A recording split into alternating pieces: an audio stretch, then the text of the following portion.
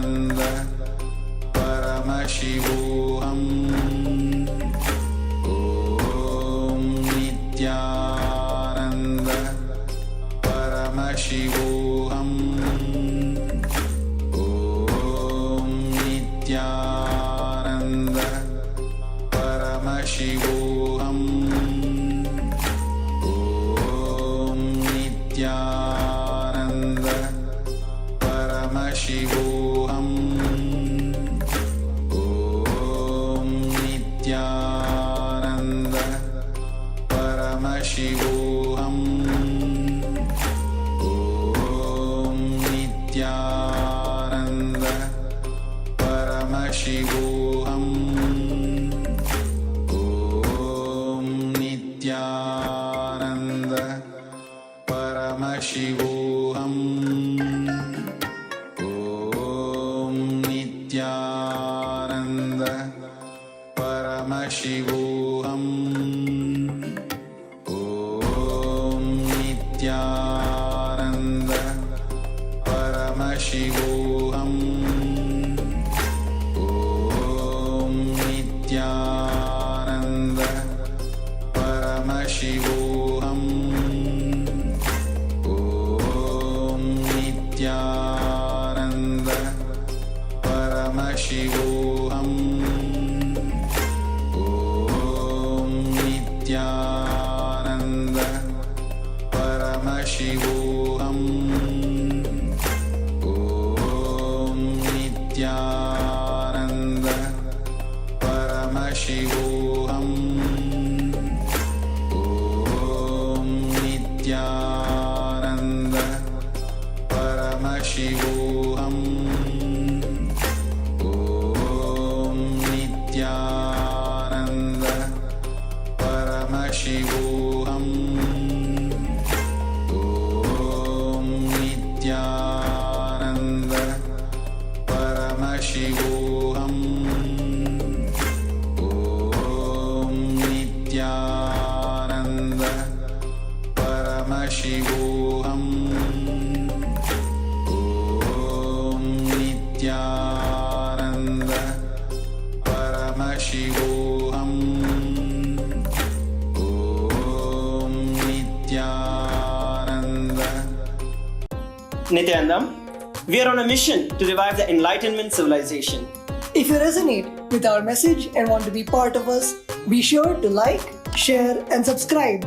And don't forget to click the bell icon.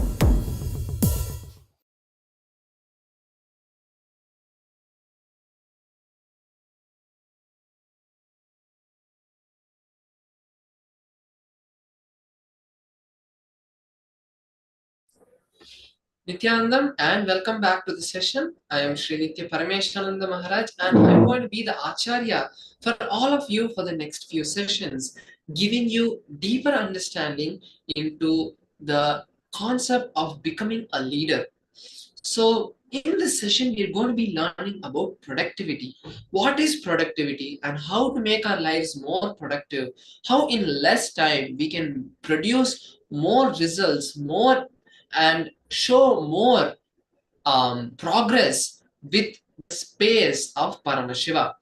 So that is what we're going to be learning in this session. So I request all the participants, if you have any questions throughout the whole session, feel free to post your questions throughout the segment, and I'll be happy to answer any of your questions. You can stop me anywhere and ask questions about this segment, about what we are going to be learning now, and about previous sessions also. And I'll be happy to share with you the answers and understandings that I have received.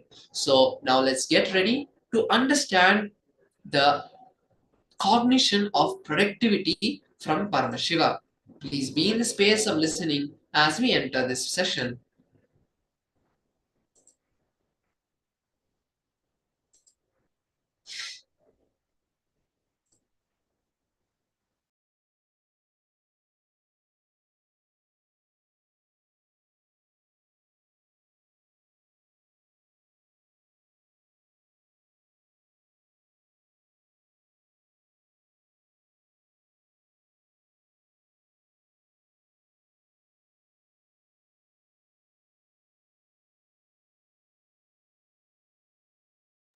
Yes, so now let's understand productivity. Productivity. In this session, we are going to be learning what is productivity and what is not productivity, how to become more productive, and what is the right context, the right scale to understand productivity and measure what we are doing in our daily lives. Let's start with a small story. Once a boss asked his employee, "Why did it take 6 months to complete such a simple task?" The employee replies, "Because of your confusing directions, continuously changing, and short working days." The boss replies, "I am looking for something like, you are being lazy." So this is what happens in our lives. Most of the times when we try to be more productive, we end up in situations like this where we were expecting that something else should happen, and we were thinking that we are doing the right thing, but we were holding the wrong context. That is exactly what is being shown in this small story, where the boss was holding the wrong context, thinking that every decision he was taking was right. But it was all from the wrong context. So it ended up with him blaming his employees. So much has been written and said about productivity in organizations. Productivity has become the mantra in organizations for the last 2 or 3 decades as a result of invention of computers and new communication technologies such as internet and cell phones. The world has become a much smaller place in this understanding. While there has been an increase in productivity in companies, it has often come at huge prices on the health, physically and mentally, of the employees. Let's now start to understand what is productivity and how productivity can be enhanced without the side effects of stress. In the simple terms, productivity can be measured as productivity equals output minus input. Billions of dollars are spent by companies globally to enhance human productivity. Most of these efforts are centered on providing new skills specifically to train in particular areas of organizations focus on improving technologies such as use of computers, internet, and other forms of media and communication. Some companies also invest in developing softer skills such as interpersonal skills, team building skills, etc. But most of these training tends to address the conscious mind, actions, behaviors, and perceptions that are just the surface. But over 90% of our emotional behaviors reside deep under the surface of our mind.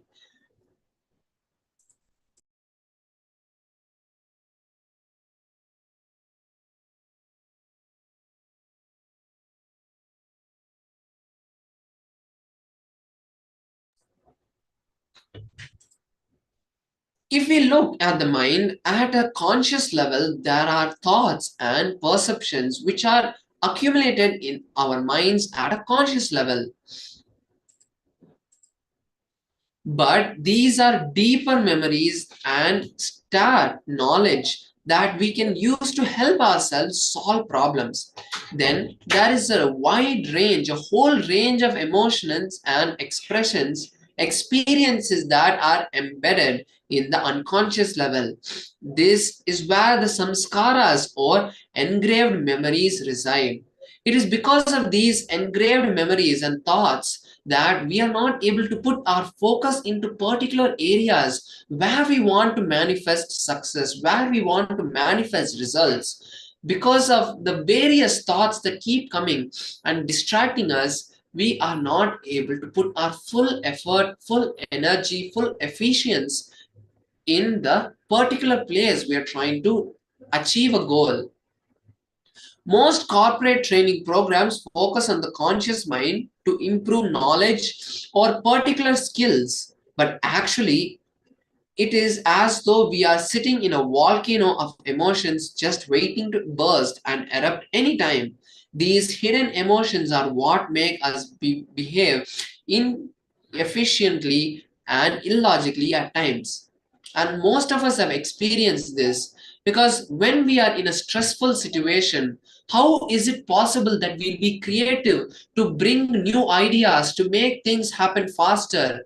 It'll always be a clerk kind of work where there will be no inspiration, no energy to make things happen.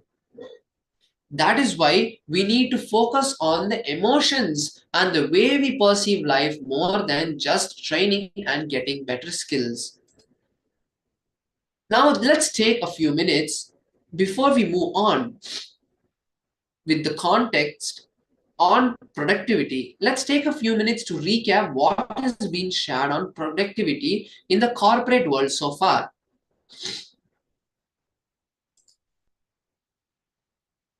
So basically, what we have understood so far is that in the corporate world, the training that happens is mostly only focused on the particular area of getting better skills, not in the area of understanding to build a powerful cognition, to be able to handle stress. That is not taught. Only do better things, only we are taught to do better skills, have better skill sets, do things faster, have different softwares, but the actual training is not given to the employees or the staff in the company. But now let's understand productivity from the angle of Vedic tradition. Samskaras or engraved memories interfere with the decision-making process. These can be called as ineffectiveness present in the mind. The more number of engrams, the more clouded our thoughts process will be, and the lower output we will be making. In other words, to produce a particular output, having more samskaras will require more time or people or cost. So the result is lower productivity.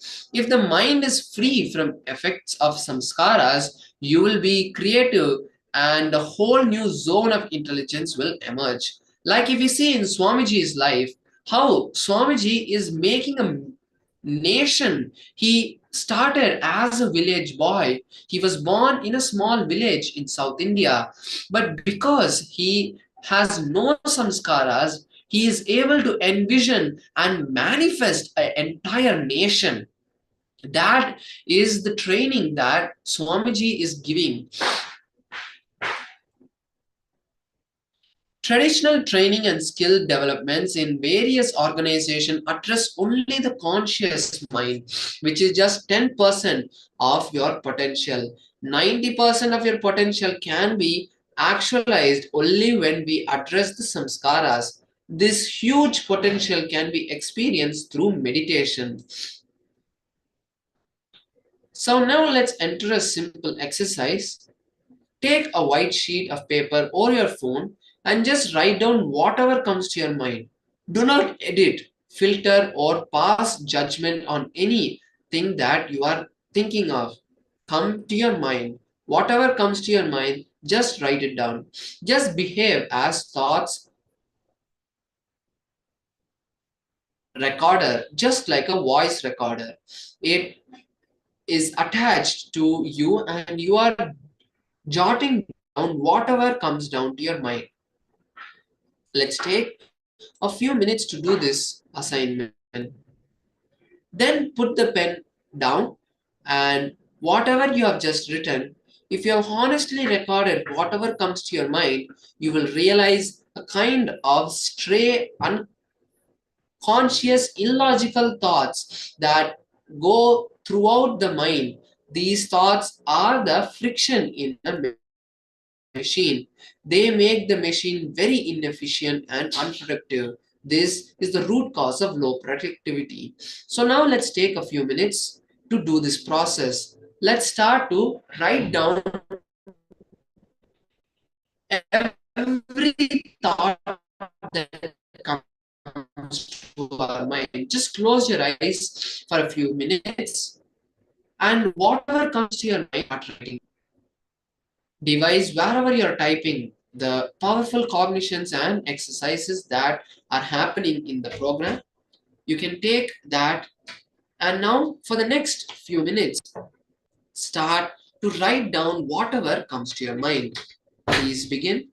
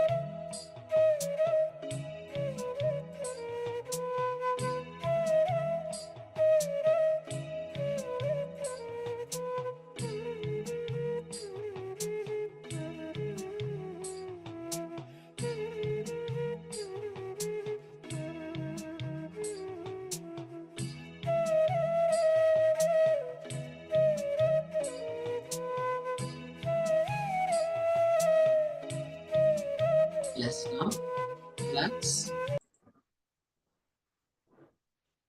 Now, we have got an understanding of ourselves, seeing the different thought currents that are flowing in us continuously, the random thoughts that are coming. Now, let's understand what is true productivity. In most productive thing you can do in your life is to reduce the load of samskaras on you and ultimately become enlightened. With the right context, all work will happen very efficiently and constructively. That is why in the Paramashivoham Level 2, we are intensely completing every day to break our compulsive thoughts and behavior patterns and manifest the ultimate powerfulness, which is the pure consciousness of Paramashiva. So now let's understand the concept of productivity directly from Swamiji in this short clip, where he explains how to be in perpetual completion, which will break all our samskaras, and when our samskaras break, we will manifest ultimate productivity. Let's listen from Swamiji.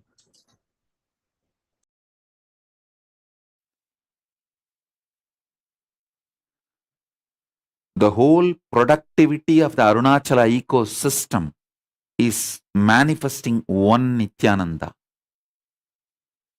Not the number of people come and the crores of wealth comes in the hundi in the temple, or the millions of people go around the hill. All that is not counted as productivity. In Arunachala's list, when Arunachala Paramashiva sits and goes through his balance sheet, he will not be calculating, 100 crore came in the temple hundi. This year is productive. 10 million people are going around the hill doing Giri Pradakshanam. This year is productive. No, he is not going to look at that and feel that this year is productive. Wow. Nithyananda has become enlightened. Now he will manifest this ecosystem in multiple places and reproduce it. This year is productive. That is the way he considers, he calculates, he checks his balance sheet. That is the way I check my balance sheet. This many people have started manifesting powers. This many people have started manifesting enlightenment. This many people are manifesting Paramadvaita initiation. Yes, this year is productive. That is the way I see my balance sheet.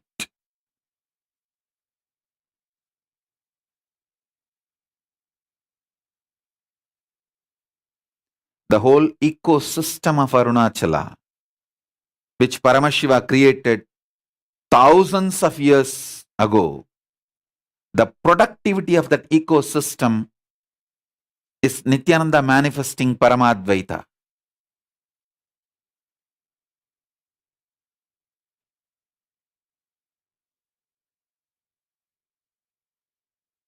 Now he will carry on. He will make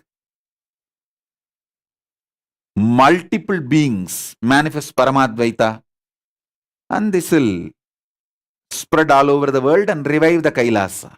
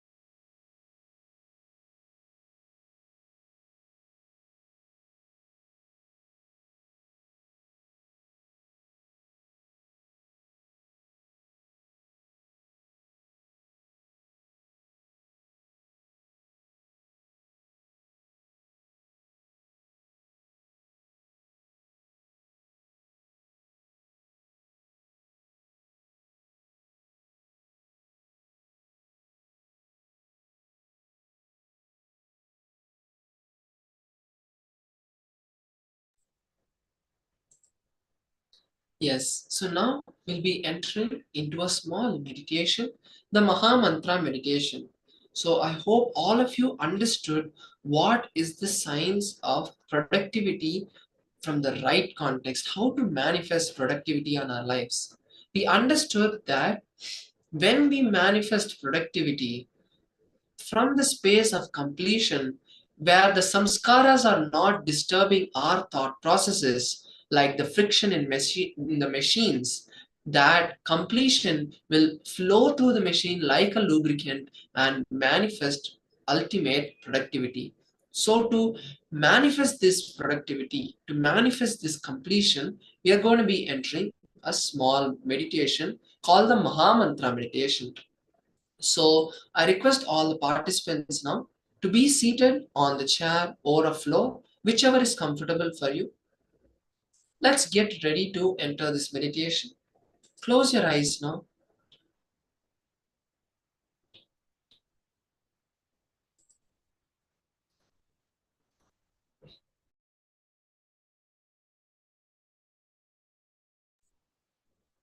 Let's all close our eyes now.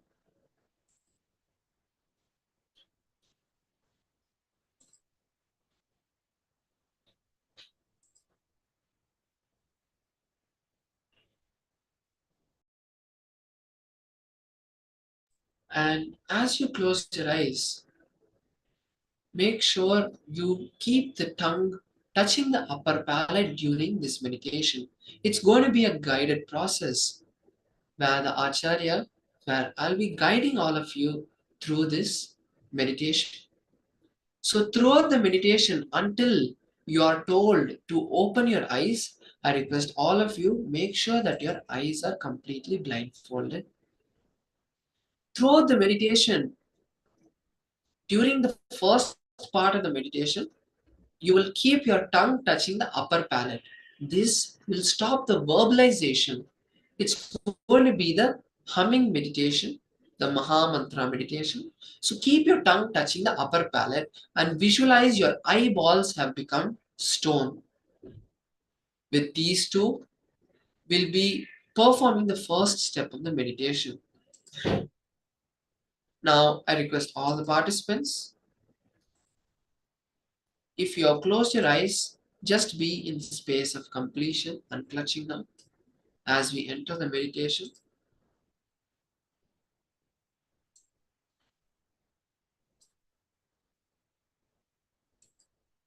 So now, let's enter this meditation. You may start humming now.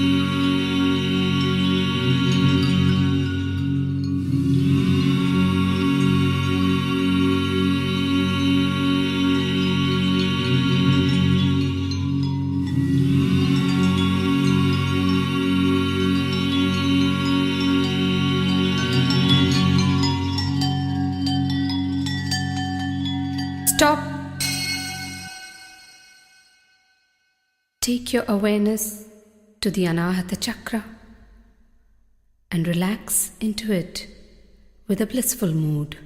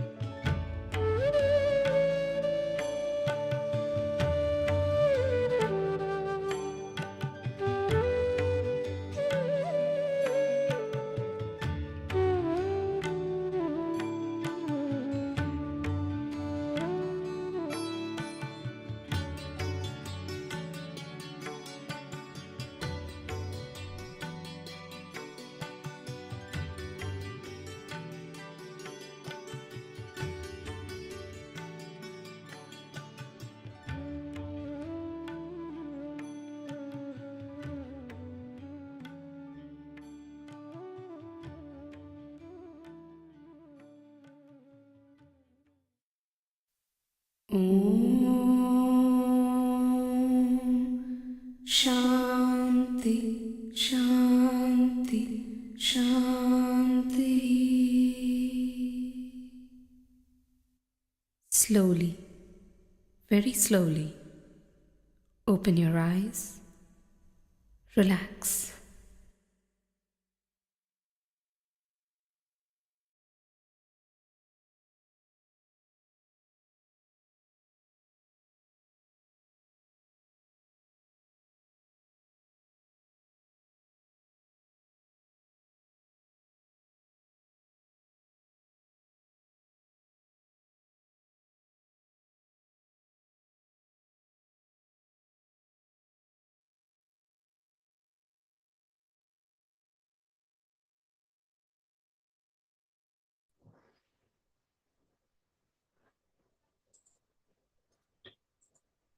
Yes, now slowly, very slowly, please relax. And now with this, we have come to the end of this beautiful meditation. And now we'll be moving into the next session, where in this session, we are going to be learning about the next understanding about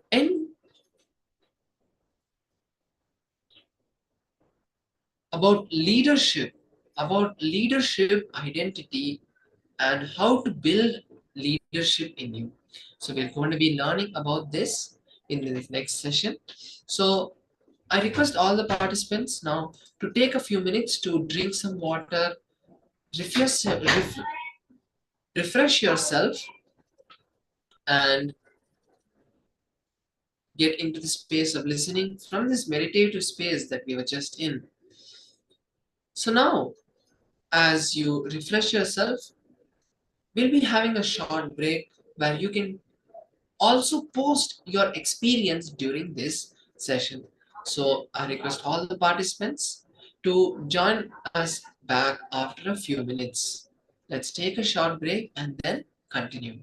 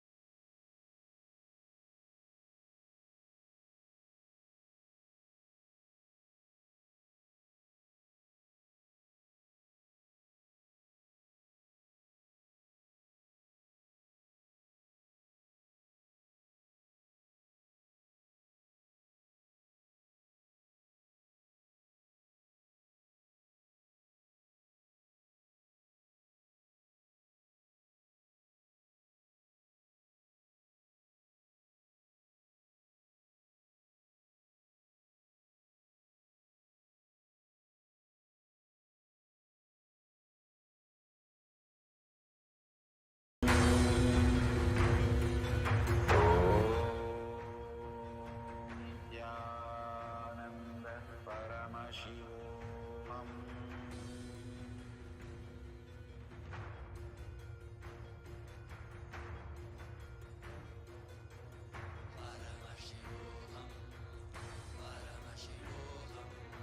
Let Paramashiva's third eye manifest in all our third eyes. Let the Amrita pour, let the Vanni open up, manifest in all of us.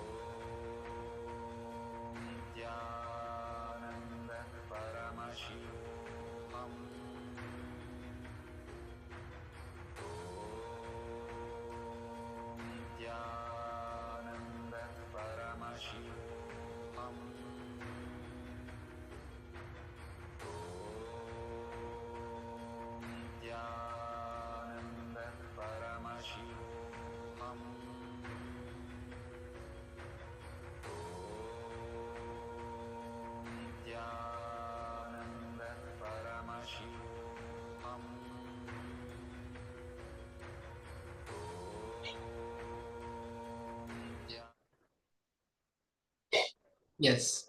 So now I request all the participants to be seated. You can come back from your breaks. And now we'll be entering into the session understanding leadership consciousness.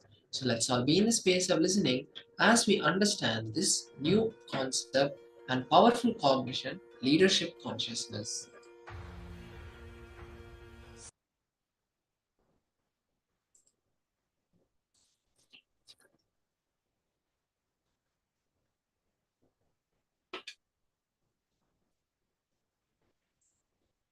So there is a difference between state and status. We mostly run for the status of a leader, not recognizing the true quality and qualification to be a leader. This is the state of leadership.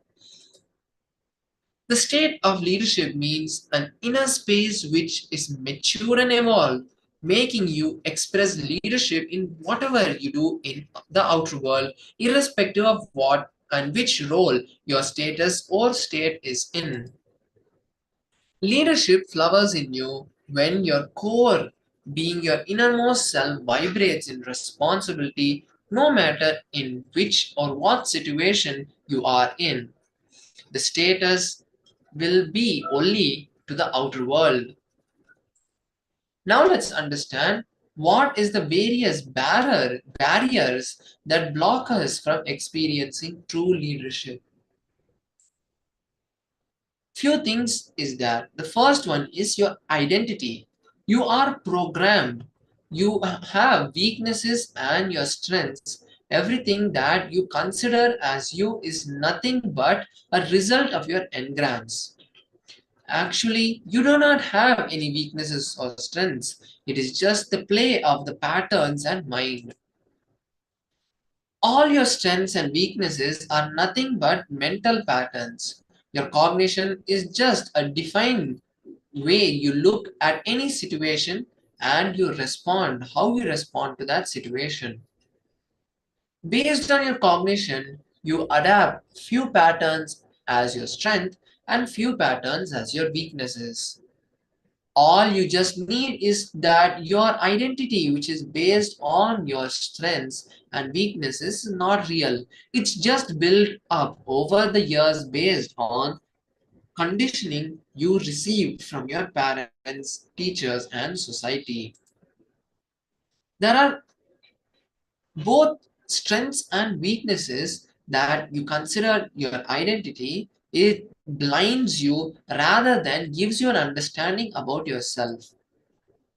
While your strengths are good, they also blind you and limit you in many situations. Example, if being calculative is your strength, it may help you win in many situations in your life, but you will fail maybe in the areas of relationship.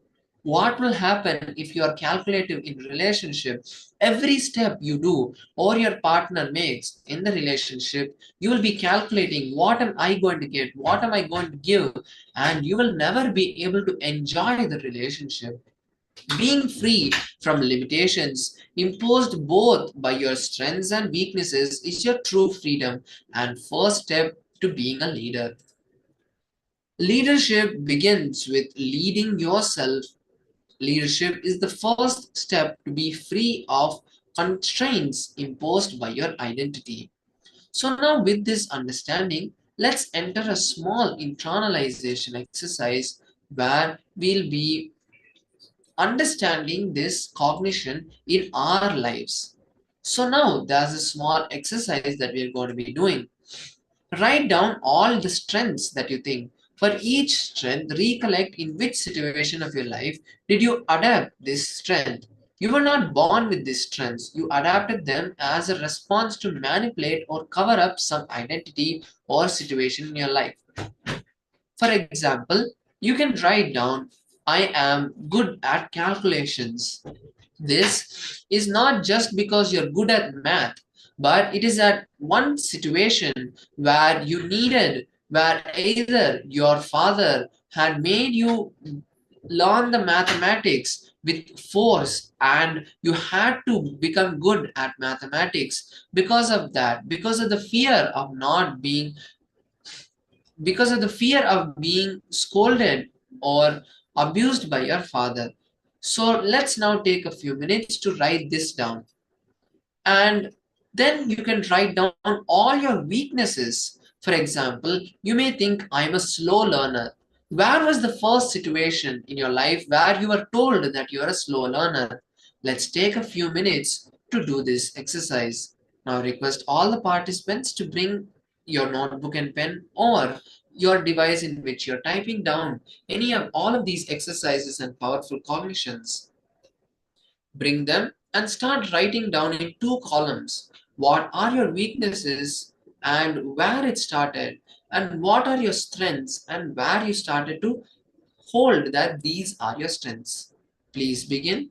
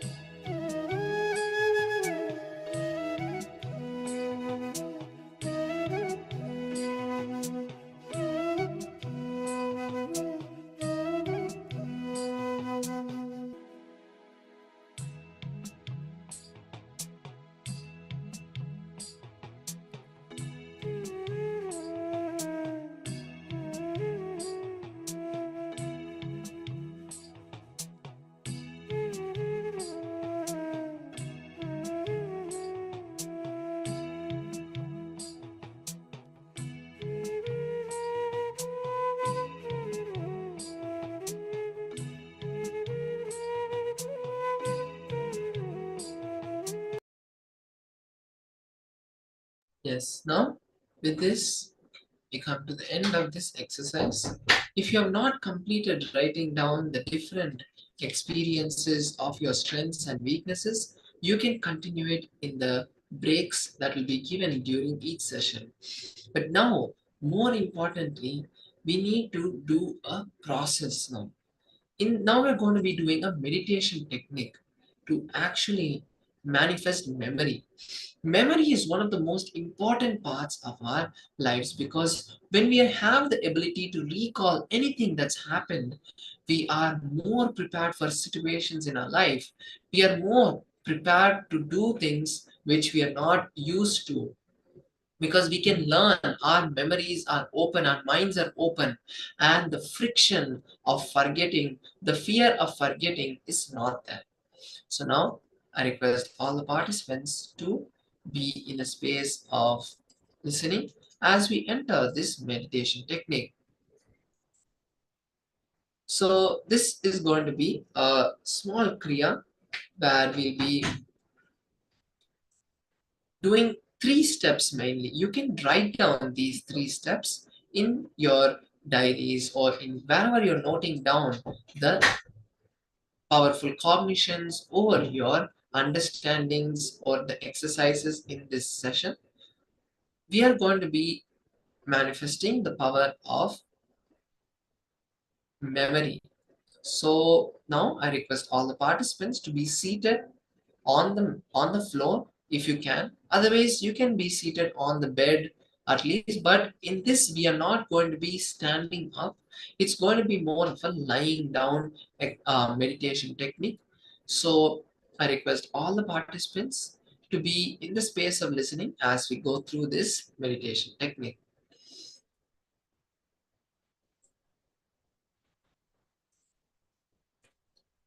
So let's understand this super brain through superpowers.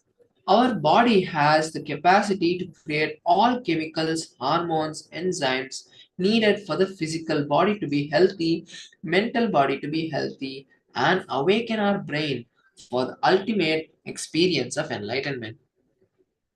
Rewiring your brain, awakening all the non mechanical parts of your brain can be done just by adding right enzymes, chemicals, hormones to your body.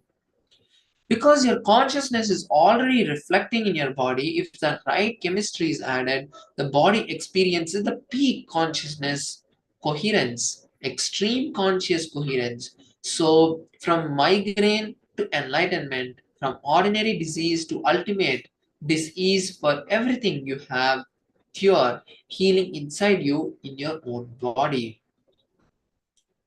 Now, there is 4 steps for this initial level of memory kriya. First is Matsyasana. So we'll be going in detail into the depths of each of these meditation techniques. So the first asana, the body posture will be is Matsyasana.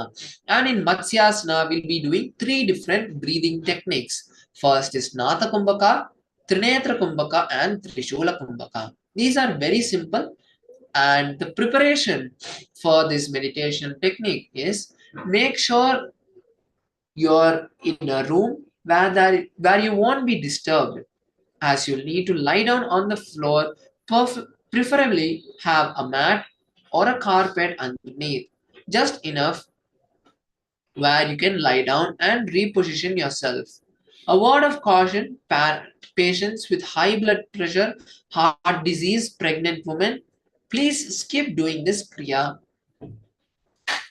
You can write it down and receive the medical advice from your doctor before performing this kriya. So let's enter the first step. Now I request all the participants to lay down. Let's take a few minutes to prepare ourselves. You can please lay down on a mat or your bed or on the cot. That is perfectly fine. You don't need to be in front of the camera. Make sure you're able to listen to the instructions as I guide you through the process.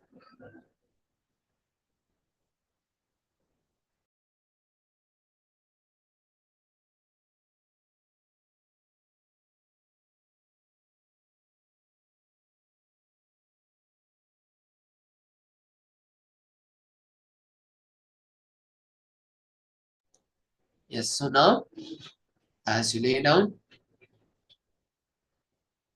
bring your hands above the head and hold on to opposite elbows. And if you can, place your legs onto opposite thighs in Padmasana. If you can, just keep your legs straight or at least place one leg on top of the opposite thigh.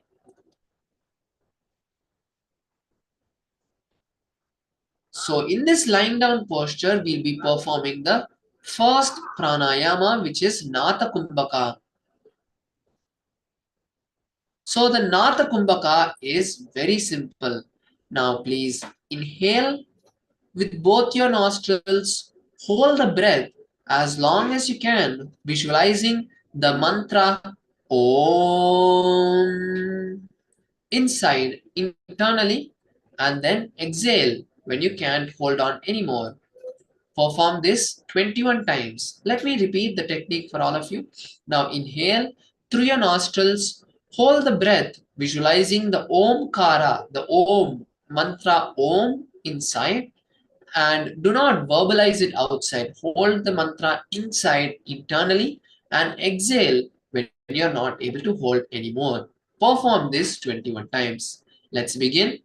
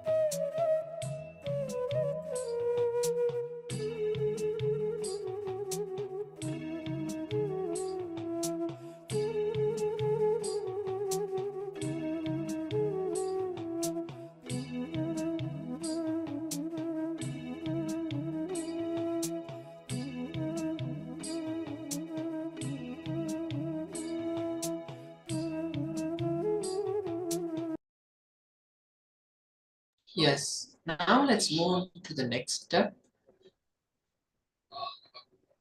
Now we'll be moving into the Trinetra Kumbhaka. The Trinetra Kumbhaka is very simple. In the same lying down posture you are in. Now inhale through the left nostril, hold the nose, and do not exhale. Then inhale through the right nostril and once again hold the breath. Then inhale through both the nostrils and hold the breath as long as you can and then exhale. Do this 21 times. Let me repeat the steps of the Trinetra Kumbhaka. Inhale through the right nostril, left nostril, hold the breath. Inhale through the right nostril, hold the breath. Inhale through both the nostrils and hold the breath. When you can't hold anymore, exhale through the left nostril. Please perform this 21 times. Let's begin.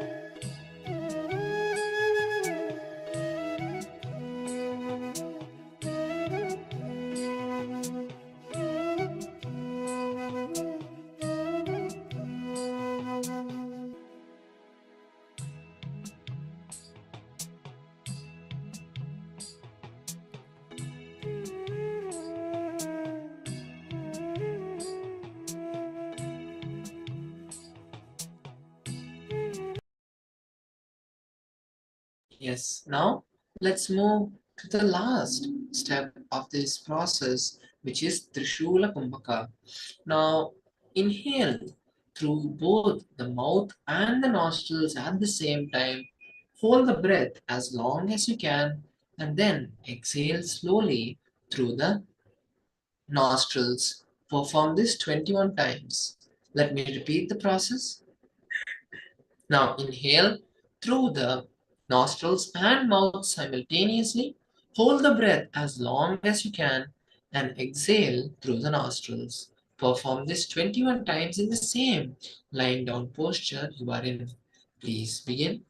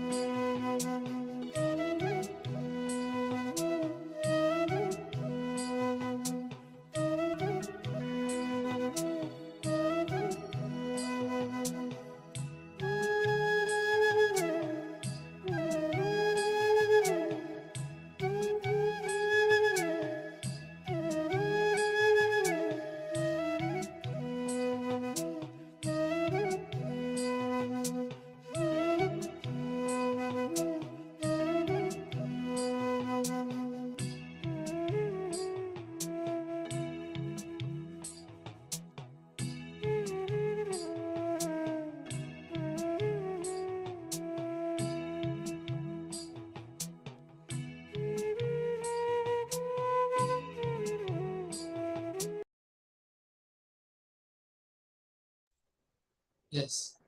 Now let's relax. Slowly we can come back to a comfortable seating position as we come to the end of this meditation process. Now, with this immense energy we have, let us manifest the powers of Paramashiva, where today we'll be manifesting the power of Ashtamaha Shaktis. So, I request all the participants to now come back to a comfortable seating position as we enter the power manifestation. So, in today's power manifestation, what are we going to be manifesting? We are going to be manifesting the power to increase or decrease the size of an object. So the process, the technique that we'll be doing, the instructions and the guidelines I'll be sharing with you now. So today we'll be manifesting the power of Ashtama Shaktis, where we'll be either increasing or decreasing the size. Now you can take a particular object and place it on a piece of paper, then measure the object by using a pencil, and then you can connect with Swamiji, request Swamiji to either increase or decrease the size. So if you wanted it to increase or decrease, you can write that down also on that piece of paper. And then after the manifestation, we will verify the change in the object size. So now I request all the participants to take a few minutes to first bring the object, measure it, and then in what we'll be only manifesting for a few moments, because when we start doing for a long time, we get distracted. So it'll be maximum just 2 minutes that we'll be manifesting, and in that 2 minutes, intensely, we'll be connecting with Swamiji, requesting Swamiji to manifest through us and change the size of the object based on what we have declared. And then we will be measuring and verifying the difference in size. So let's enter the manifestation now.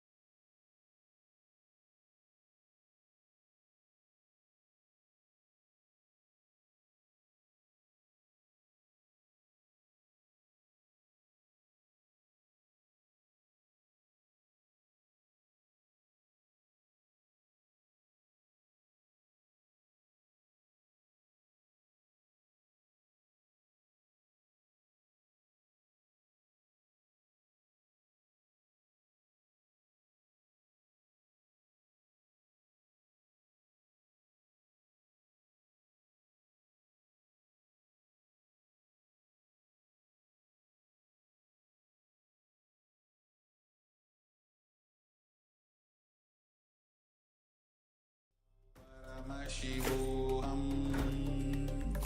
Om Nithyananda Paramashivoham Om Nithyananda Paramashivoham Om Nithyananda Paramashivoham Om Nithyananda Paramashivoham. Om Nithyananda. Paramashivoham. Om Nithyananda. Paramashivoham. Om Nithyananda. Paramashivoham. Om Nithyananda.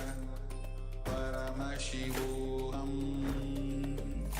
Om Nithyananda. Paramashivoham. Om Nithyananda. Paramashivoham. Om Nithyananda. Paramashivoham. Om Nithyananda. Paramashivoham. Om Nithyananda. Paramashivoham. Om Nithyananda. Paramashivoham. Om Nithyananda. Paramashivoham. Om Nithyananda. Paramashivoham. Om Nithyananda. Paramashivoham.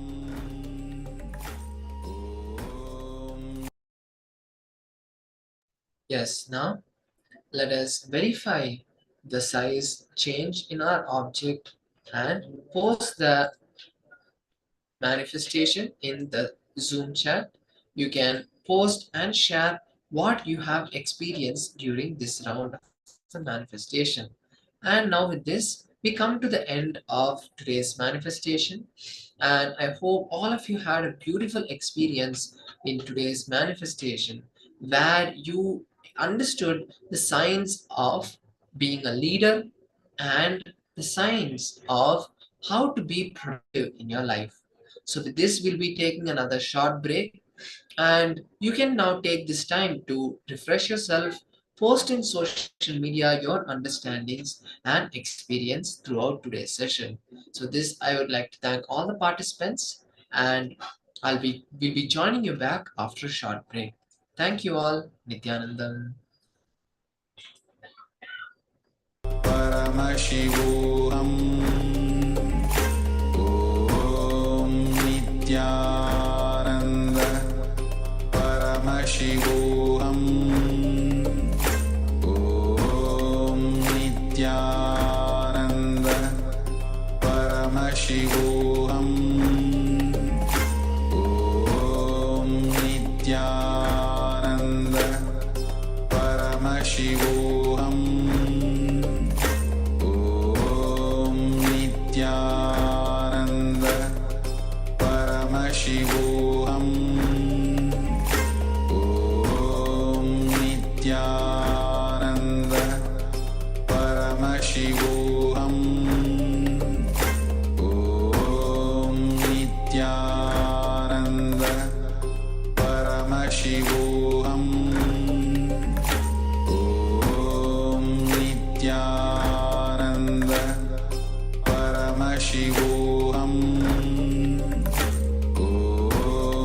Nithyananda. Paramashivoham. Om Nithyananda. Paramashivoham. Om Nithyananda. Paramashivoham. Om Nithyananda. Paramashivoham. Om Nithyananda. Paramashivoham. Om Nithyananda.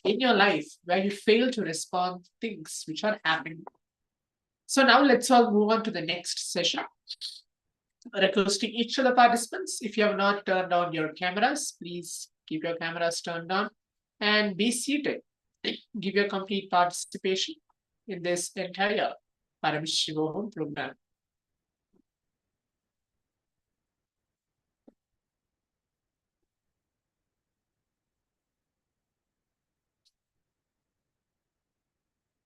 The science of leadership is from Hinduism. The first and foremost powerful foundation is science of leadership. Creating leaders are from Hinduism.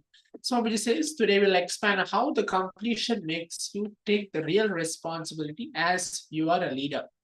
With completion, you experience a space where everything goes positive for you. Even if it looks little negative, only with completion you will feel a power of compassion. You will feel responsibility.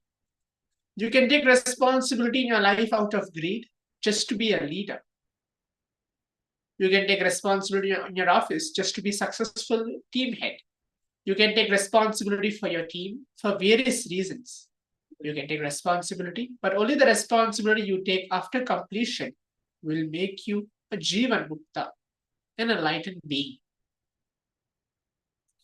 So let me tell a small story. Please give a complete listening. And before entering into the further sessions, again, just a gentle reminder, requesting each of the participants to please keep your cameras turned on throughout this entire Paramashivoham sessions and give a complete participation. A small story. Three mad fellows wanted to get discharged from the mental hospital.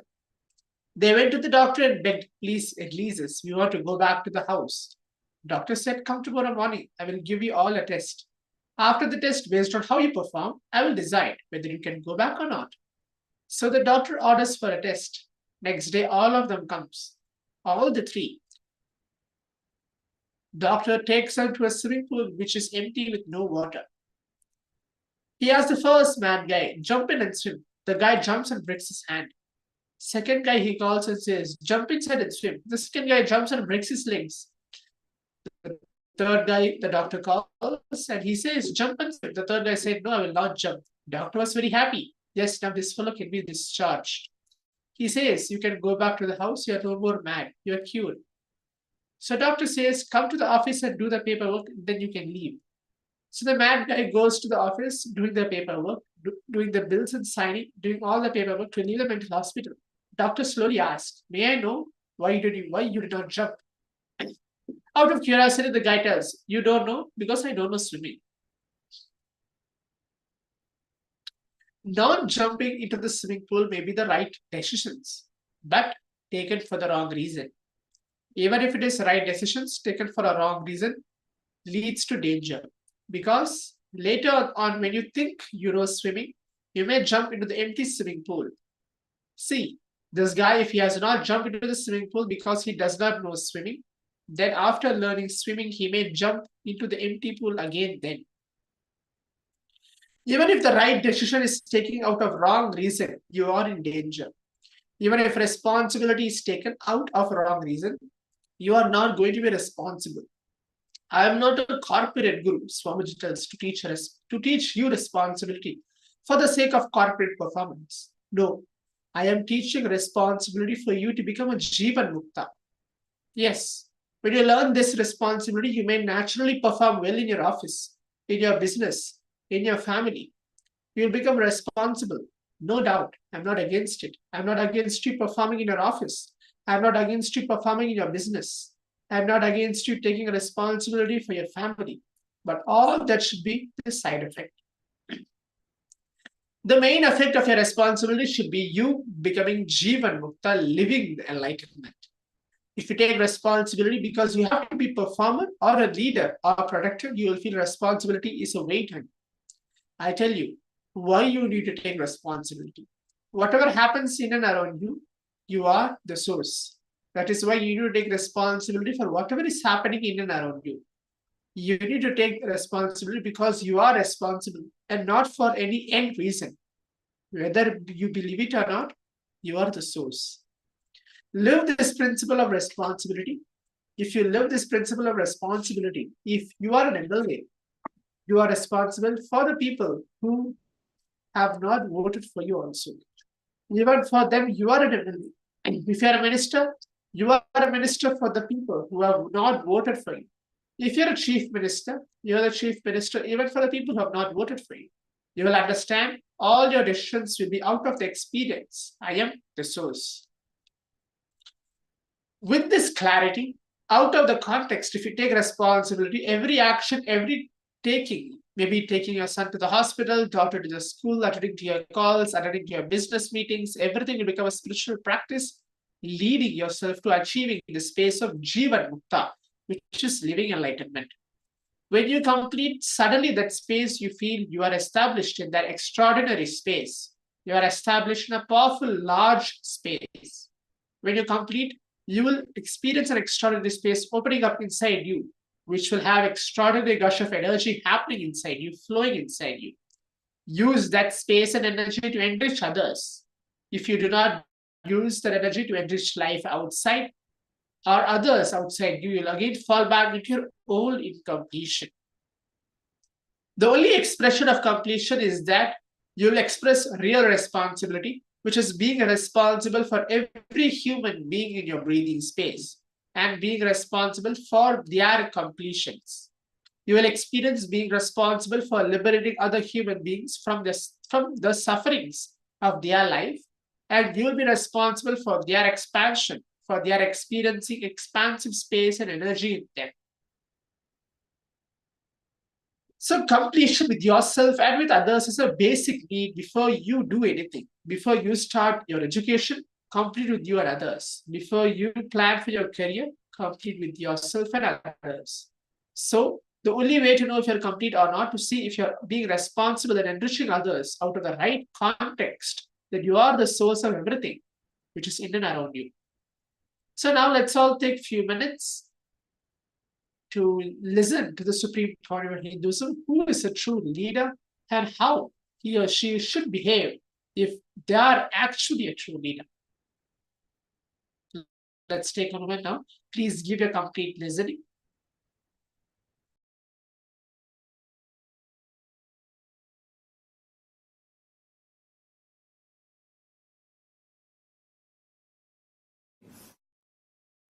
Factually,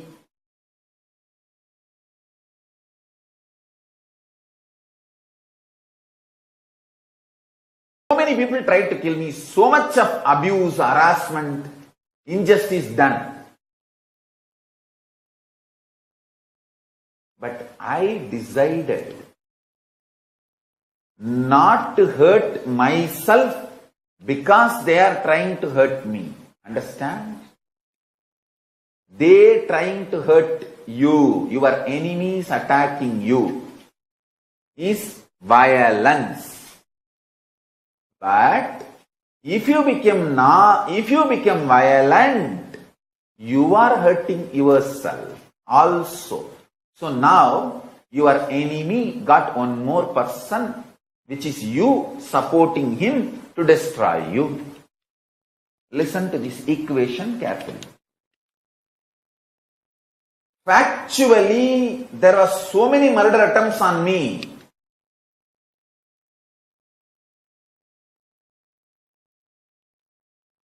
Lawfare, character assassination, murder attempts, assassination attempts, literally destroying my whole hard work and sangha, making me illegitimate. Everything happened in factual level.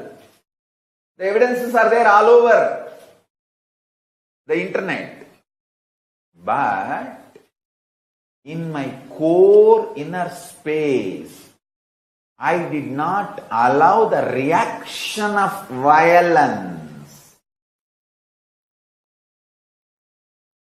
Because of my clarity, separation is delusion. I started operating from the cosmic logic, cosmic law, dharma. Dharmo rakshati rakshitaha.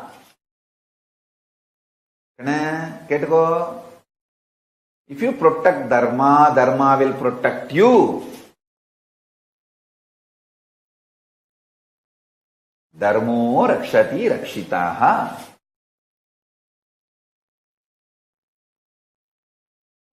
Listen.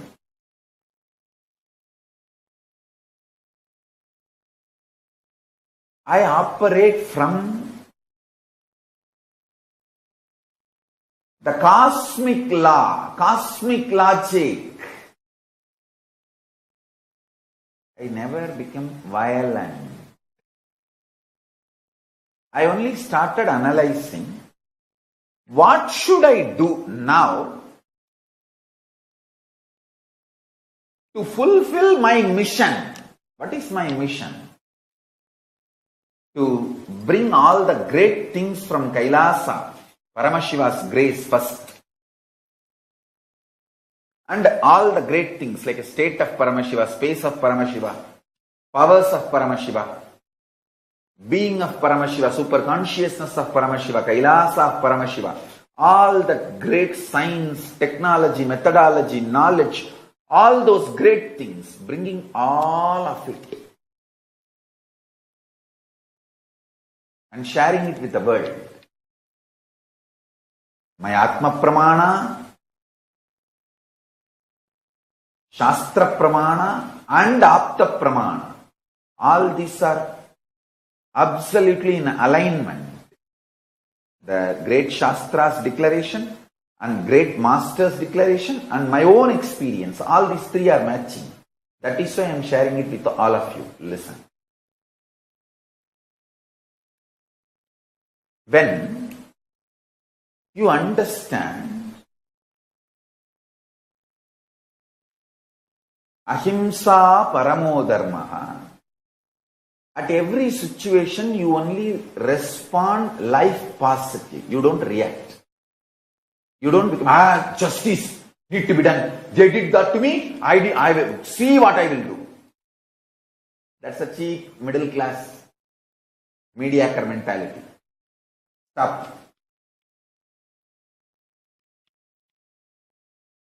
They arrested me illegally. It was a assassination attempt, persecution attempt. Whole world knows.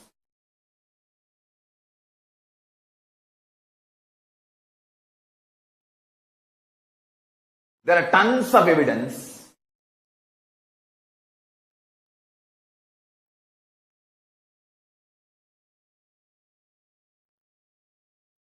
Na bhuto na bhavishyati means neither before nor after.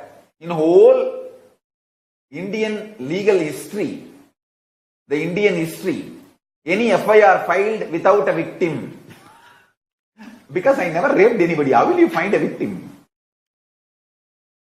Without even cooking up a false victim, they filed the FIR because they don't have time to file, to cook up the false victim. They need some person they could not find. Na bhuto na bhavishyati. Neither before the March 4th, 2010 of the Indian history, nor after the March 4th, 2010 of the Indian history, there was ever FIR filed without a victim for the rape charge. Foolish, stupid dogs destroyed the respect for Indian legal system. This corrupt police officers from Tamil Nadu police. I don't know the name of that person who signed that FIR. I'll get that name. These fellows brought such a shame on the whole Tamil Nadu police and whole Indian police. You will be a black mark, black on the whole Indian legal system. Because there is something called natural justice. Without anybody is dying, you file a murder charge. Without anybody raped, you file a rape charge. An arrest. Just now we got the information. One person's name, Inspector Madhi Alagan, is the one who signed the FIR. These fellows brought up irreparable shame on the whole Tamil Nadu police and Indian police and the whole Indian legal system, CRPC system. Na bhuto na bhavishyati. Neither before the April 4th, 2010 nor after the April 4th, 2010 ever there is an FIR filed on anyone on rape charge without anybody getting raped, without any victim. See, you call somebody as a victim and then court says no evidence and then accuse. That and all is happening. That is regular happening. Some cases get convicted, some cases get acquitted, that is different. But without even a victim filing an FIR and arresting, shows very clearly it's a murder attempt, assassination attempt to kill me. And they are using prosecution as a very cunning way of legitimizing their attempt to kill me. That's all. Yes. All these are factual. Injustice done to me. My lawyer suggested, Swamiji, we should file for malicious prosecution. Yes. What will happen? To attend that case, I have to go to the court and come. By the time the Tamil Nadu police is very intelligent and powerful, they will kill me.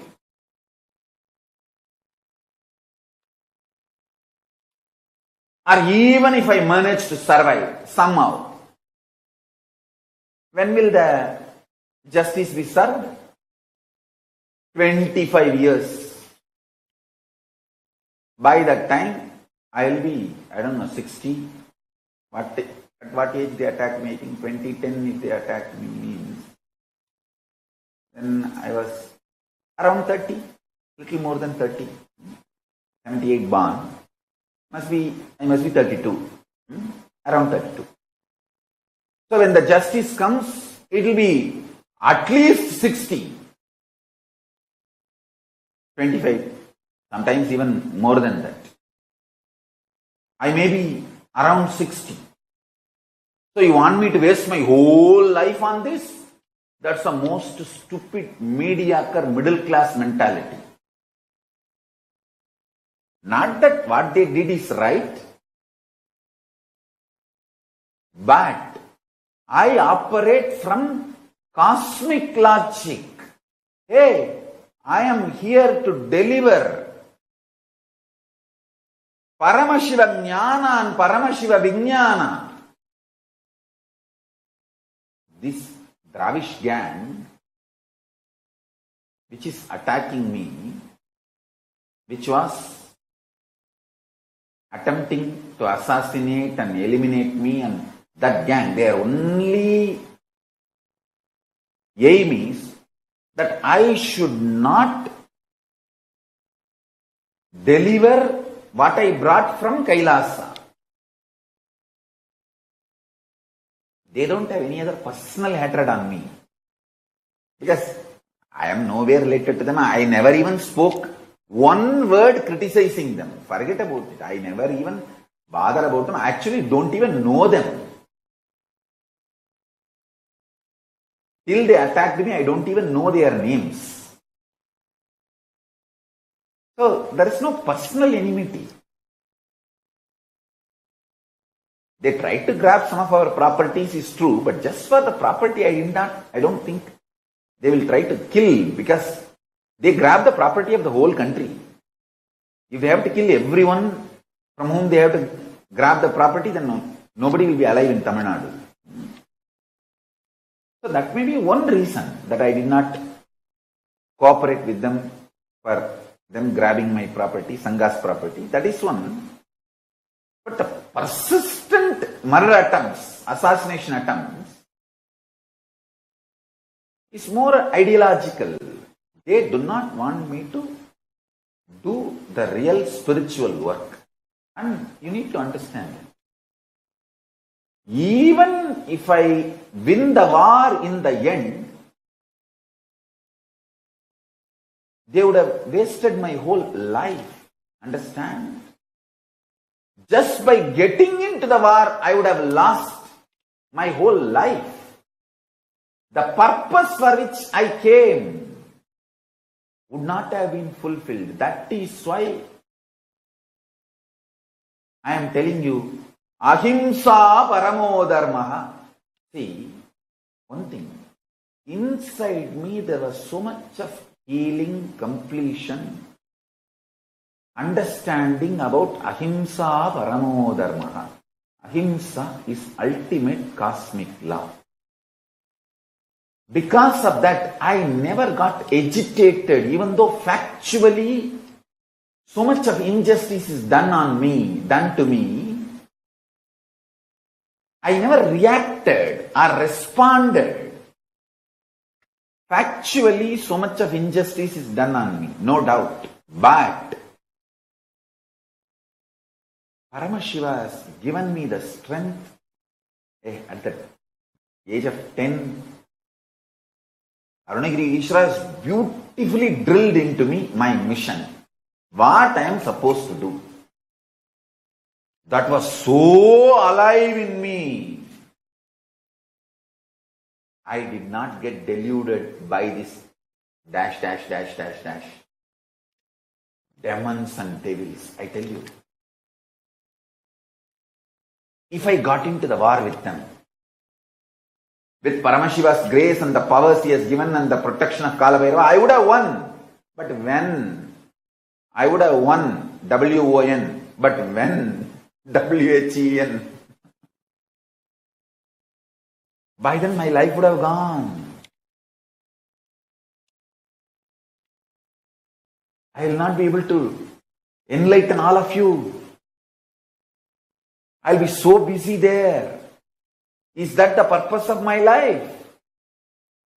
I tell you, if you don't react, don't get agitated with violence inside, you will be so aligned to your purpose, you will be productive for yourself. Feeling productive for yourself is the ultimate completion you need when you need to die, when you need to leave the body. You see, when I need to leave the body, I am absolutely clear. I have feeling that productive for myself, my goal. What I want as a life, I am productive to myself and my purpose, my strategy. That is what is fulfillment, Purnatva, completion. If you carry that when you are leaving the body, you will be enlightened, you will be liberated. You don't need to come back once more. So happy for the non-violent, stable, powerful nervous system Paramashiva has gifted to me. Because if you are agitated inside about this so-called justice, injustice, fact-based justice and injustice, your whole life is gone. Whole life is gone. I have the total defamatory telecast time in number of days. I just wanted to share with you guys. Swarna TV has done 160 days. Samaya TV 120 days. Means it's like a 24 hours if you run the hate speech material on me. How many days? 1,400 hours in just 4 years. The hate speech, poison dumped on me. Anybody else would have had a nervous breakdown and by now dead. Not only I am not dead and I am not having any nervous breakdown, I am paru enna paru என் அழக பாருன்னு ஜிங்கு ஜிங்கு.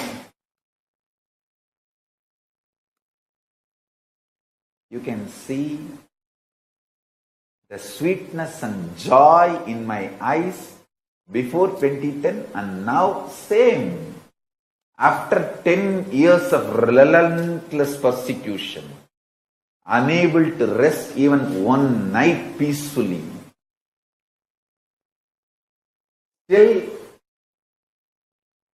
my nervous system is not shattered. Will never be shattered. That's the truth. Anybody else with so much of injustice done to them factually would have become violent. At least for self-defense. I made it very clear as my strategy. I will find a place where I can sit non-violent, peaceful way and contribute what I need to contribute to the world. This is the first greatest success because of non-violence as a strategy I adopted within me and with society. I wanted every level, all my disciples to understand how non-violence has saved me, made me productive, made me contribute what I need to contribute to the world. See, I am not even going to be violent to declare non-violence is the only successful strategy. See, that I don't want to make even that as one more violence. Forget about it. I am telling how I adopted non-violence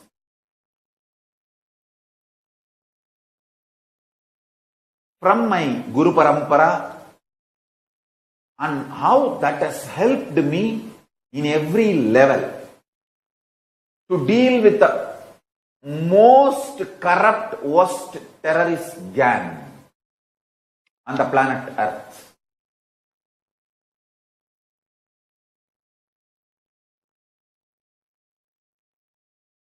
You see the track record of the Dravish gang, the number of murders they committed, but with never ever getting accused. They are extremely criminals. They are such criminals the world will never know they are criminals. That kind of the Don Mafia gang, that kind of criminals. Escaping from them, the only person, you see, like the only FIR filed on somebody with a rape charge without a victim is me. Same way, the only person escaped from them is me. Just Paramashiva's grace and Kalabhairava's protection. Listen carefully.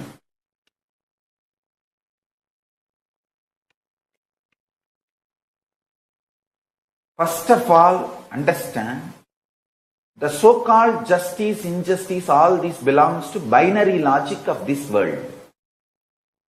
Ahimsa paramo dharma, non-violence is the ultimate cosmic law. Is the cosmic law.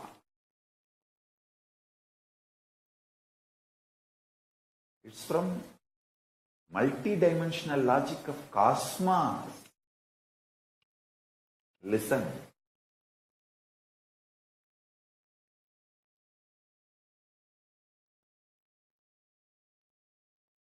I'll give you more deeper secret.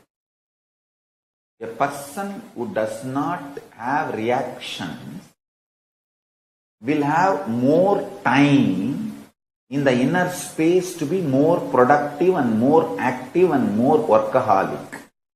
People ask me, seeing, Swamiji, last only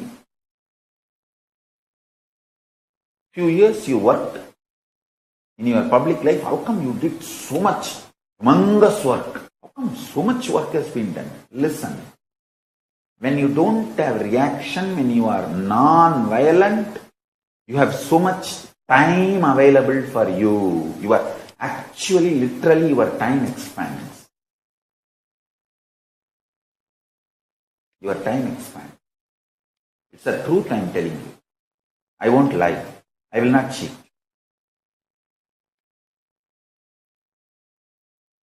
Frustration, anger, guilt, feeling ashamed or revenge, all these action reactions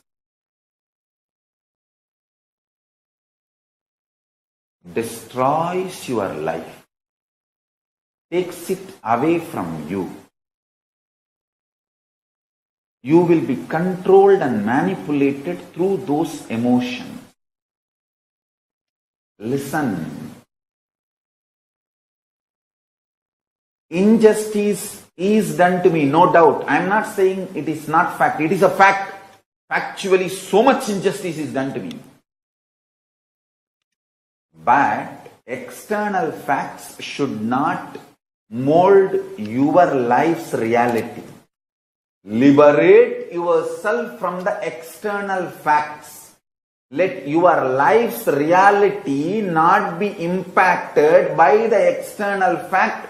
Then you are a leader.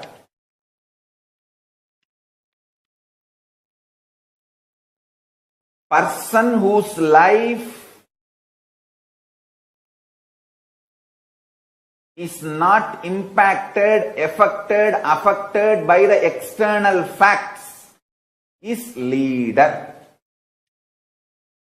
I did not allow my reality to be molded by Dravish demons, Shaktis,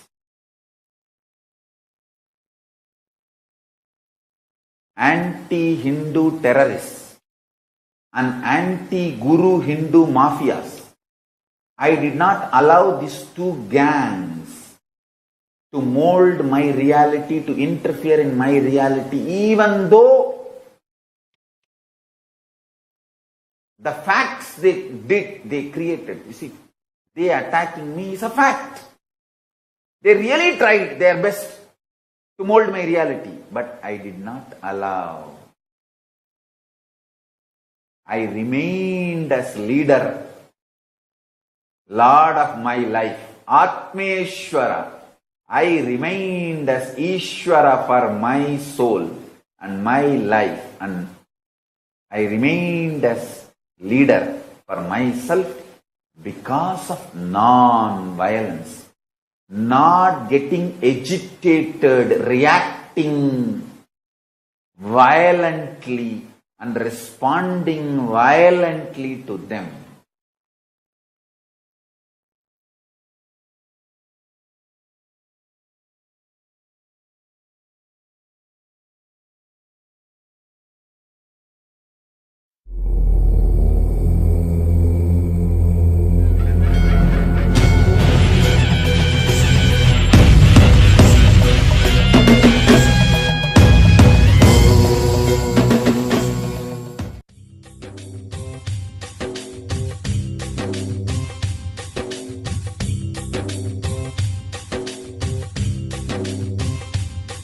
जीवन्मुक्तिप्रदं देवं क्षमापूर्णं जगद्गुरुं वन्दे परमहंसाख्यं नित्यानन्दाय स्वागतं। जीवन्मुक्तिप्रदं देवं क्षमापूर्णं जगद्गुरुं वन्दे परमहंसाख्यं नित्यानन्दाय स्वागतम्। आनन्दानुभवास्वादं सर्वरोगनिवारकं वन्दे पापविनाशक्तं नित्यानन्दाय स्वागतम्। आनन्दानुभवास्वादं सर्वरोगनिवारकं वन्दे पापविनाशक्तं नित्यानन्दाय स्वागतम्। नित्यमुक्तं निर्विकल्पं ध्यानलोकप्रदीपकं वन्दे शान्तमयं बन्धं नित्यानन्दाय स्वागतम्। नित्यमुक्तं निर्विकल्पं ध्यानलोकप्रदीपकं वन्दे शान्तमयं बन्धं नित्यानन्दाय स्वागतम्। आनन्दगन्धसञ्चारं सर्वोपाधिविनिर्मुक्तम्। Yes, I welcome all of you for the today's Nitya Dhyana Yoga sessions. It's 7 o'clock. Let's start. If you are able to hear me and see me, please wave your hands. Here also, your audio is okay? Bididi? Great. And Ohio, you are able to hear me? Springs, Texas? Springs, Texas is not able to hear, I think. Maurice Plains? Maurice Plains, great. San Jose? Mexico City? Los Angeles? Great. And that's wonderful. Calgary? Great.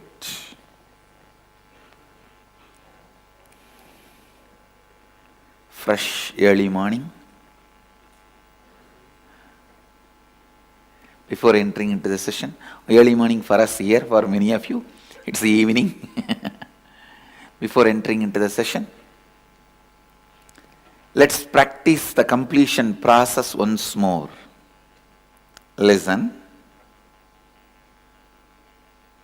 Yesterday you may not have been able to complete all the incompletions. Now I am giving you a detailed instruction. Any incompletion pattern you have, pick it up, relive that incompletion, listen, relive that incompletion at least 5 times, not just remembering. If you are in your present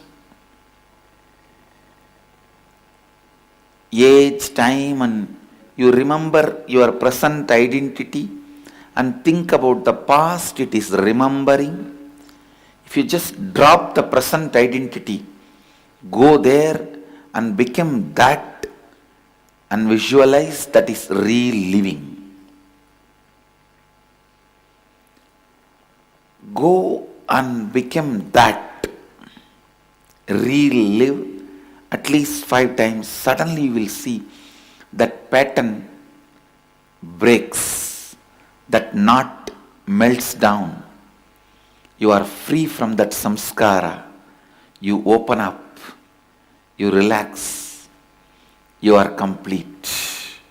The emotional weight melts down. Now, pick up each incompletion you have, you want to complete with. At least 5 times relive. Let's do the completion process for few minutes and then enter into the next level, next process. Please close your eyes, tie the ribbon. Start the completion process.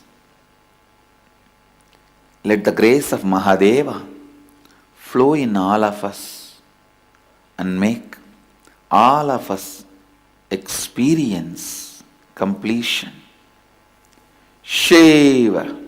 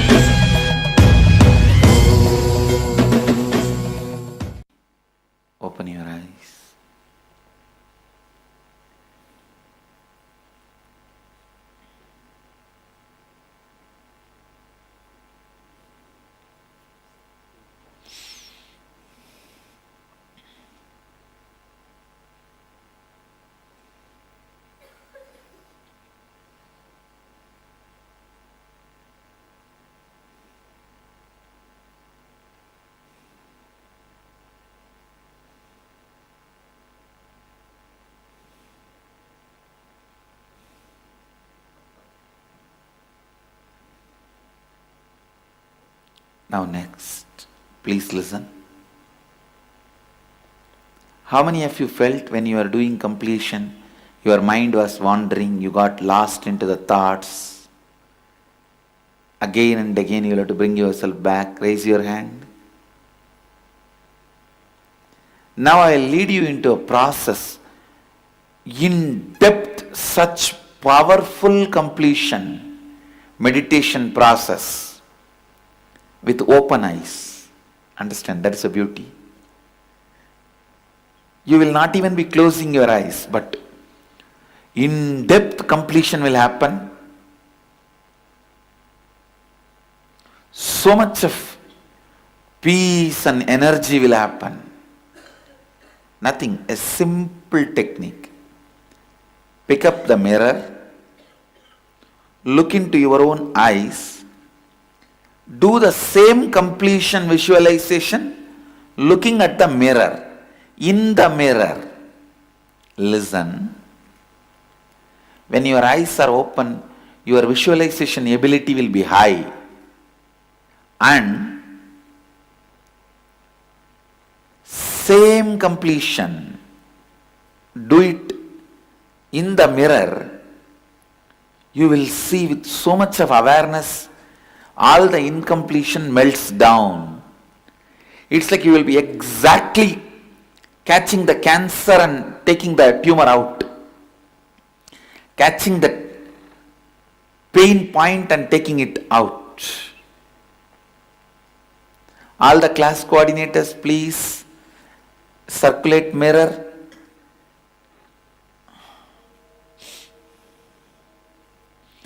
Seattle Chidambaram, can you adjust your camera?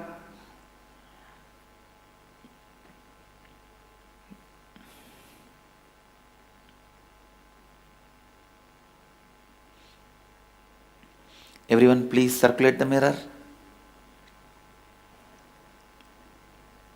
See, this is the most powerful spiritual practice which I recommend for everyone every night before falling asleep.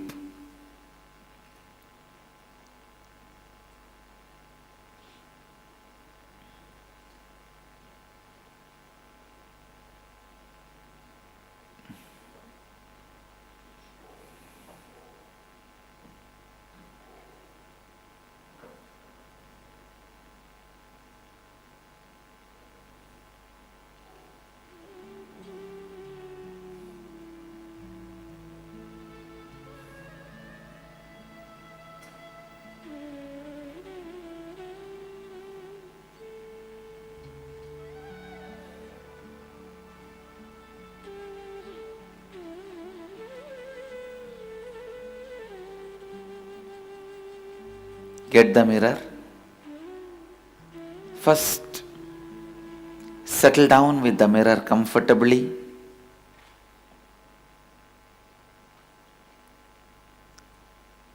Support your hands comfortably. Look into your eyes in the mirror. And forget about your present. Wipe your present identity and drop it. Go back to that same age when incompletion started. Back to that same incident, same time, same dress, same space, same place, same mood, same energy, and same lifestyle. Relive at least 5 times in the mirror. Visualize and watch as if you are watching a television show or a movie. Watch exactly like a TV or movie. Continue with the completion process.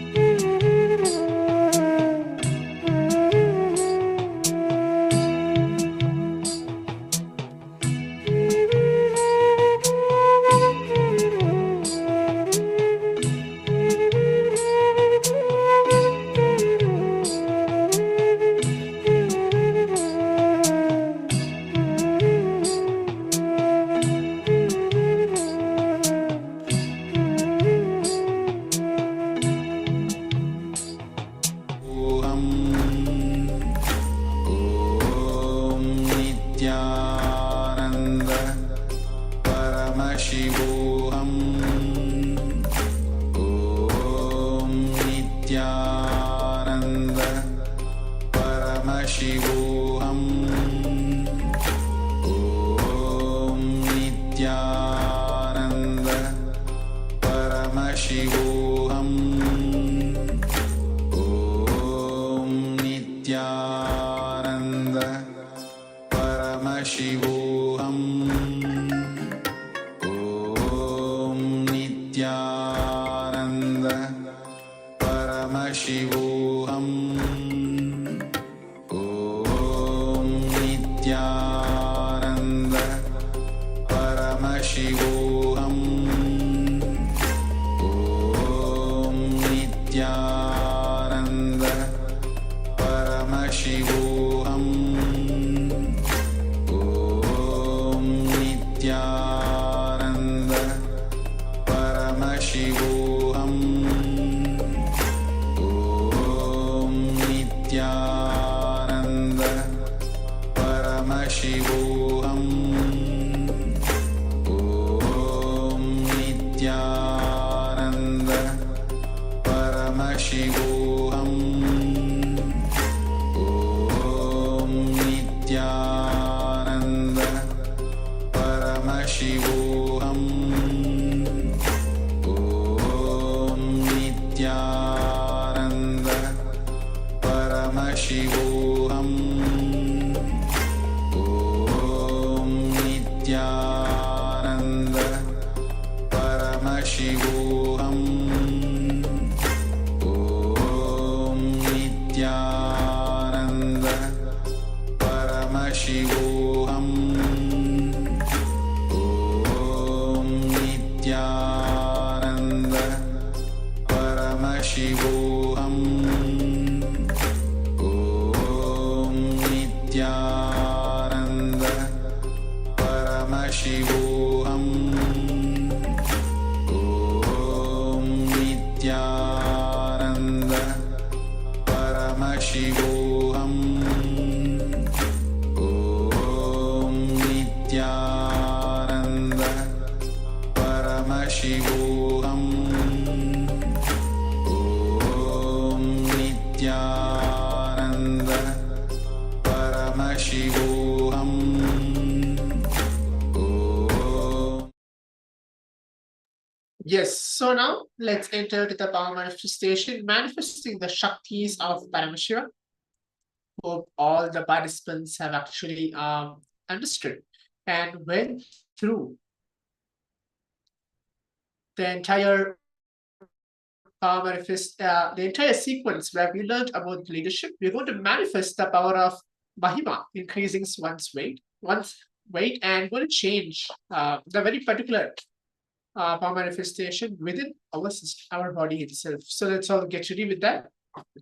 Please keep your alchemy products now.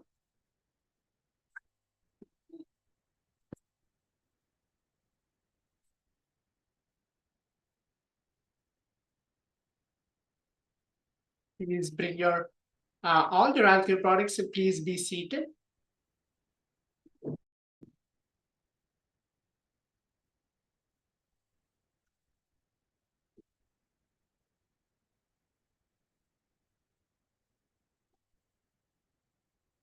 Please be seated.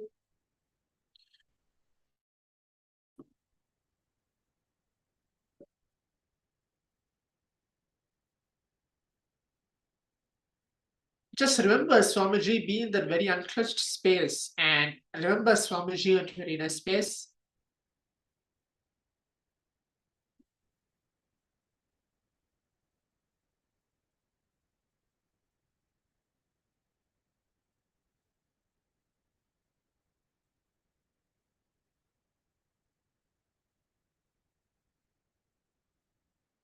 Start chanting the Mahavakya intensely. Om Nithyananda Paramashivoham.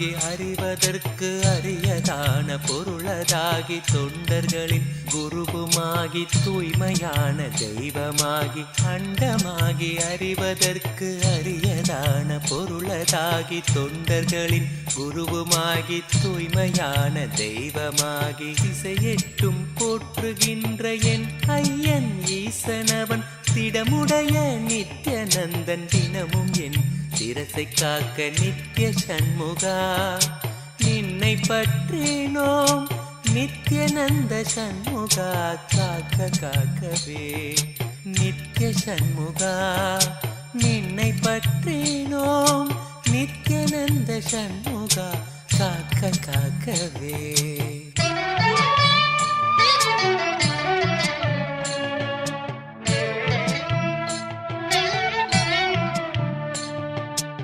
Adhisivan மைந்தனவன் ஆனந்தமாய் நெற்றி காக்க ஆறுமுக வேலவனோ இருநுதலை இசைந்து காக்க ஆதிசிவன் மைந்தனவன் ஆனந்தமாய் நெற்றி காக்க ஆறுமுக வேலவனோ இருநுதலை இசைந்து காக்க ஜோதியான தணிகை ஈசன் நித்யநந்தன் விழியை காக்க நாதனாம் நித்யநந்தன் நயமுடன் நாசி காக்க நித்ய சண்முகா நின்னை பற்றினோம் நித்யநந்த சண்முகா காக்க காக்கவே நித்ய சண்முகா நின்னை பற்றினோம் நித்யானந்த சண்முகா காக்க காக்கவே.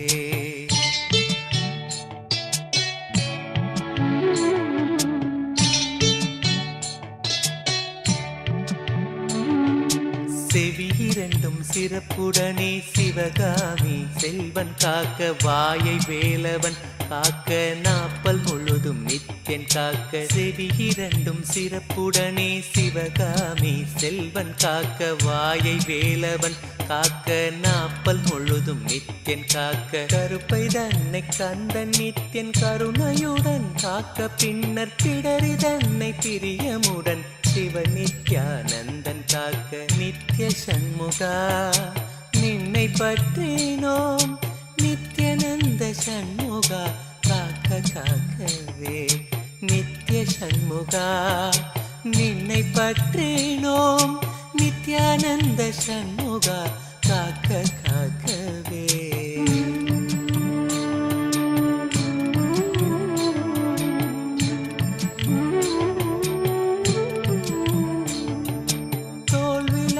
திருமகனின் மருமகனோ மகிழ்ந்து காக்க மார்பினை மறுத்திடாமல் மருதமலை நாதன் காக்க முழங்கைதனை முன்னிருந்து நித்ய சண்முகன் காக்க முழங்கைதனை முன்னிருந்து நித்ய சண்முகன் காக்க 12 கையை கொண்டு பிணியெல்லாம் நித்யன் தீர்க்க நித்ய சண்முகா நின்னை பற்றினோம் நித்யநந்த சண்முகா காக்க காக்கவே நித்ய சண்முகா நின்னை பற்றினோம் நித்யநந்த சண்முகா காக்க காக்கவே நித்யநந்த சண்முகா காக்க காக்கவே.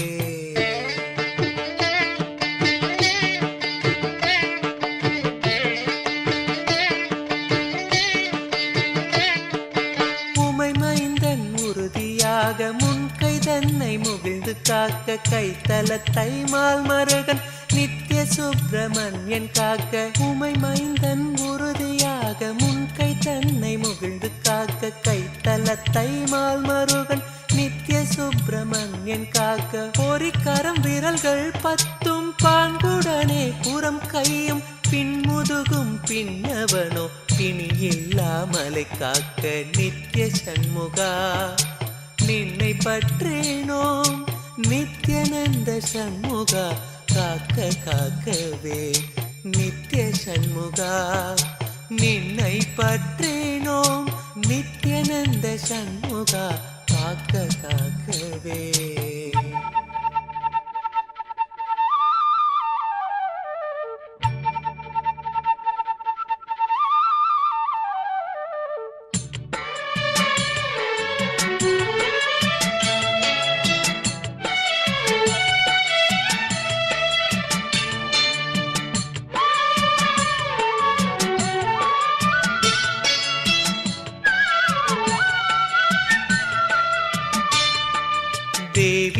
மைந்தன் தாளினையும் இருமுழங்காலும் காக்க தொடையோடு கணைக்கால் தனை கைலை செல்வன் கணிந்து காக்க தேவி மைந்தன் தாளினையும் இருமுழங்காலும் காக்க தொடையோடு கணைக்கால் தனை கைலை செல்வன் கணிந்து காக்க நேருடை பாடிரெண்டும் நித்யானந்த ஈசன் காக்க சீரிய புதிக்கால் தன்னை குரு நித்யானந்தன் காக்க நித்ய சண்முகா நின்னை பற்றினோம் நித்யானந்த சண்முகா காக்க காக்கவே நித்ய சண்முகா நின்னை பற்றினோம் நித்யானந்த சண்முகா காக்க காக்கவே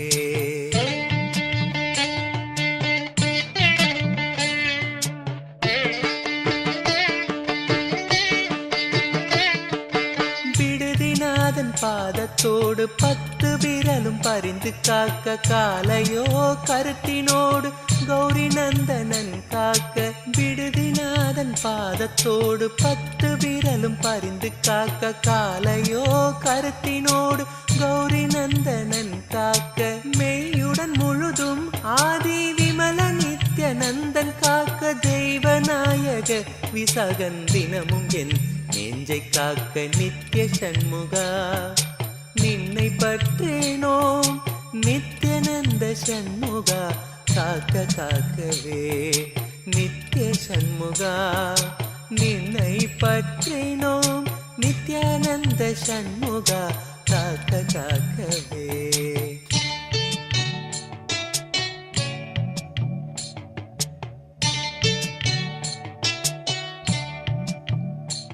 Damals hat mir keiner geholfen, wo ich in meiner verwundbarsten Situation meines Lebens war.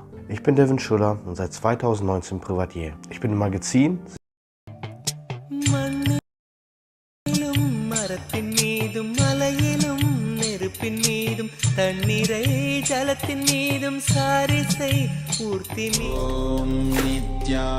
Nithyananda Paramashivoham Nithyananda Paramashivoham Om Nithyananda Paramashivoham. Yes, so now as we completed the power manifestation, we're going to move on to the next session very shortly. Stay tuned and you can share your experience onto the Zoom chat or wherever you are watching the introduction into this Paramashivoham Level 2 session. We're going to move on to the next session. We're going to be learning about the responsibility awakens the leadership consciousness.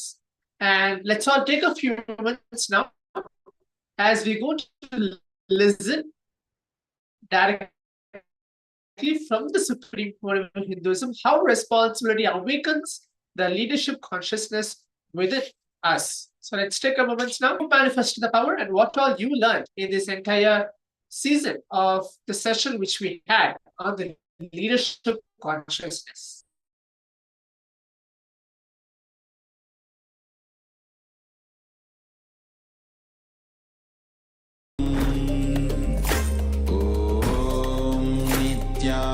Nithyananda Paramashivoham Om Nithyananda Paramashivoham Om Nithyananda Paramashivoham Om Nithyananda Paramashivoham Om Nithyananda Paramashivoham Om Nithyananda Paramashivoham Om Nithyananda Paramashivoham Om Nithyananda Paramashivoham Om Nithyananda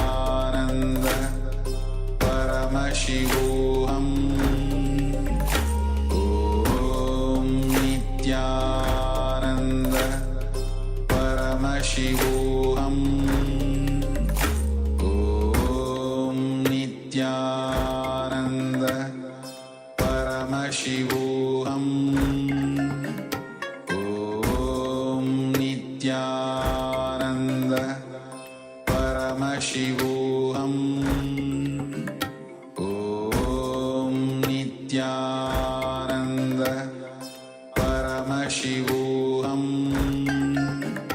Om Nithyananda Paramashivoham Om Nithyananda Paramashivoham Om Nithyananda Paramashivoham Om Nithyananda Paramashivoham Om Nithyananda Paramashivoham.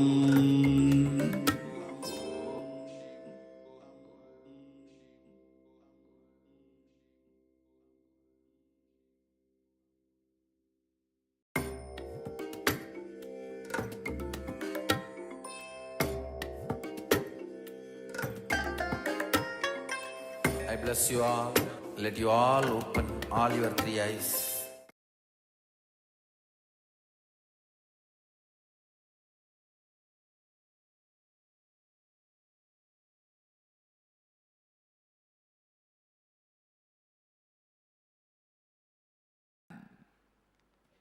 Listen. Work not done plus valid reason is not equivalent to work done. Work not done plus valid reason is not equivalent to work done. Work done is only equivalent to work done. Anything else is not equivalent to work done. There are some people who work. The only thing they know how to manipulate the boss. That's all. How to answer the boss. How to manipulate the boss. How to stop the boss pushing him. That's all. With that only one thing, they spend their whole life and retire also. Of course, the day they join the work and the day they learn this art of not allowing anybody to make them feel responsible, they are retired. Retirement does not happen. It is not decided based on the day you stop going to the office. It is based on the day you stop taking responsibility. You become responsible to make everyone responsible. Listen, there are some category who don't take responsibility even for the actions they do or they are supposed to do, even for their own existence. Because the actions they did not visualize the results are going to come this way. They don't take responsibility even for their own actions. Second, there are few people who take responsibility for their action. People who don't take responsibility even for their own action remain as slave forever. People who take responsibility for their action live as human beings, a middle class life, one house, one car, one wife, 2 kids, maybe one affair somewhere, a middle class life. Life lived as mediocre, middle level is not going to be fulfilling. There is another one class. People who take responsibility even for others' actions.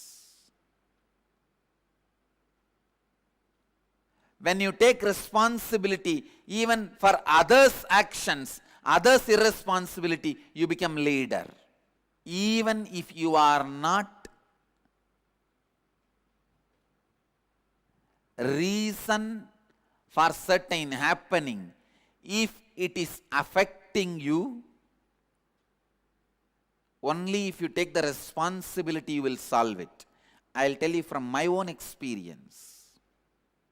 Whatever may be disturbing you and your life's mission, even if you are not reason, you are responsible. Listen. Being a reason is different. Being responsible is different. Many times, even if you are not directly reason, only when you take the responsibility, it is solved. Leaders are created with a DNA of responsibility. Responsibility is the software for leaders' inner space.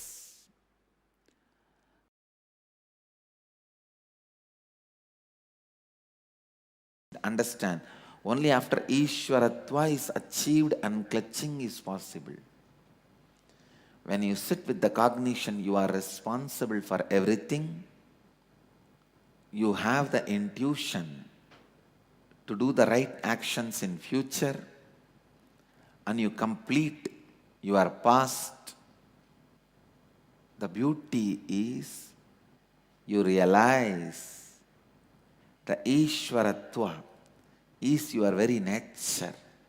Constantly the Ishwaratva, being leader, the leadership consciousness is your very inner space. When you feel leadership consciousness, Ishwaratva in your inner space, life becomes miraculous. That is what I call completion with you and the world.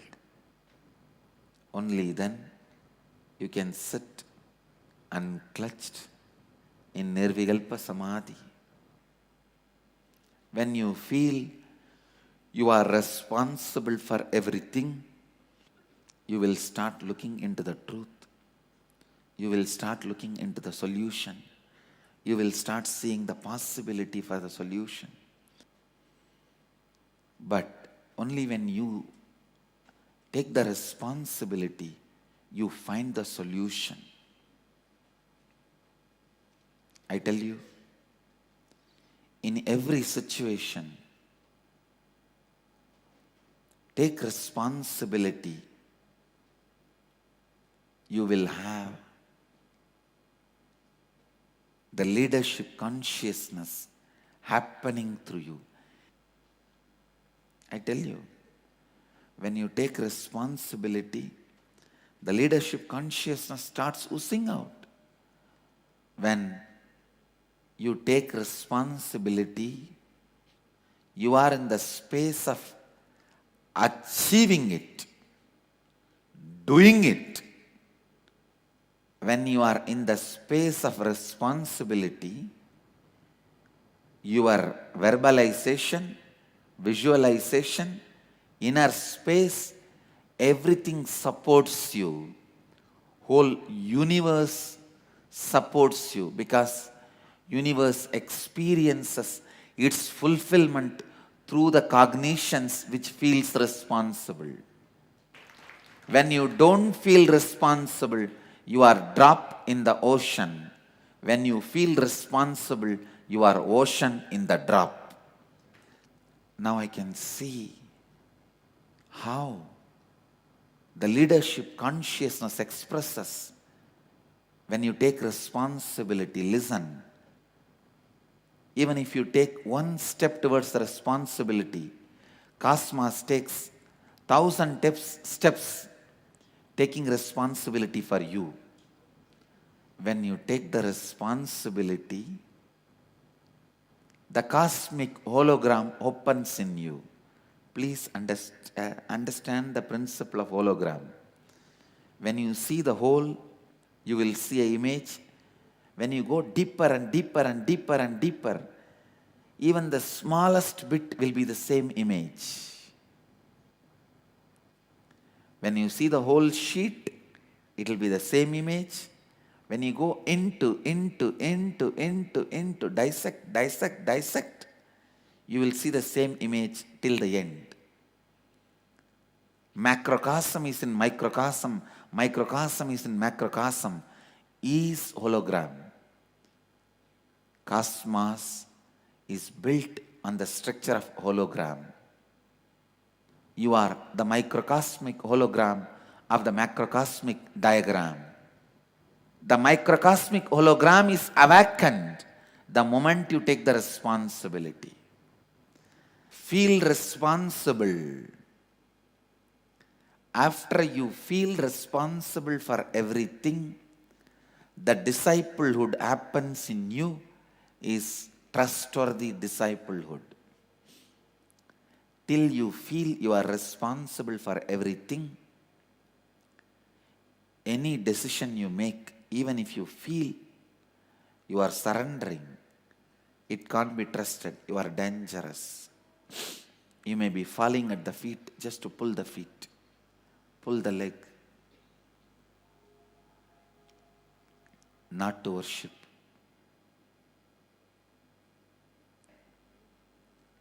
Not just for your job, wealth, and family. When you feel responsible for whatever is happening with your knowledge, you become man. When you feel responsible for whatever is happening beyond your knowledge, you become God. When you feel responsible even for the avyakta, unmanifested, you become God.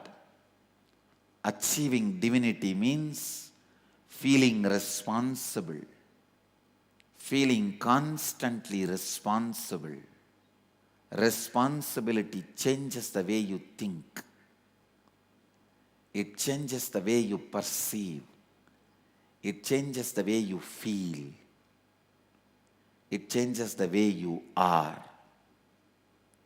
Responsibility changes everything. The way you internalize life. Responsibility changes the way you internalize life. You start internalizing with the idea of solving.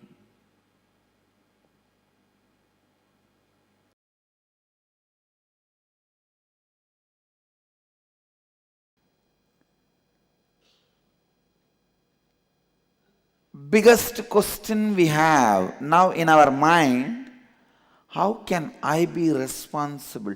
Everything happening around me, I can be held responsible. What is happening inside me? How can I be held responsible for what is happening outside me? For example, if an accident happens in my life, how can I be responsible? Person who does not feel responsible even for his actions is an animal, lives in a very low consciousness. Person who feels responsible for his actions is a human being, lives in a middle level consciousness.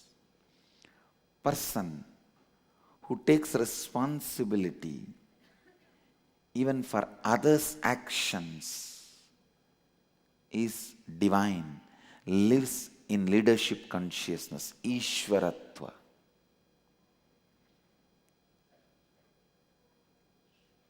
Sometime you may not be reason for some happenings, but if it is affecting your life, you are responsible for that happenings.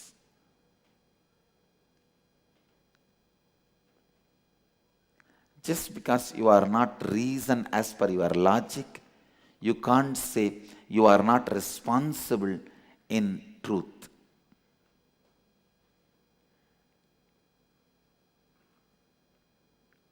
You may think, how can you be responsible?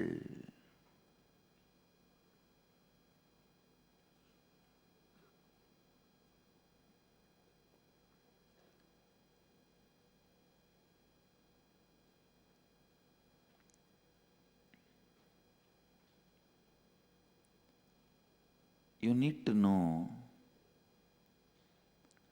unless you take responsibility, neither you are going to improve the situation nor going to expand in the inner space. Vivekananda says very beautifully, take responsibility, more and more your shoulders will become stronger and stronger. In any field, freedom is the basic condition for growth. Responsibility brings the experience of freedom.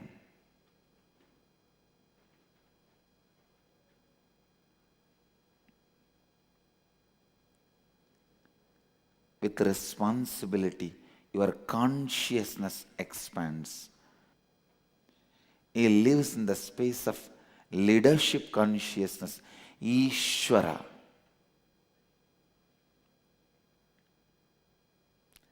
Ishvara.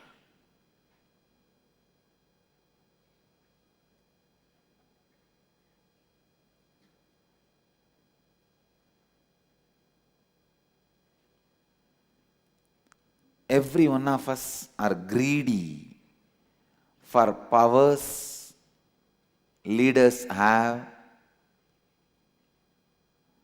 powers God's higher souls have, but unfortunately, no one wants to take the responsibility for it. I tell you, world has abundance. Neither the wealth nor the extraordinary powers are restricted when you take responsibility, when you start becoming responsible.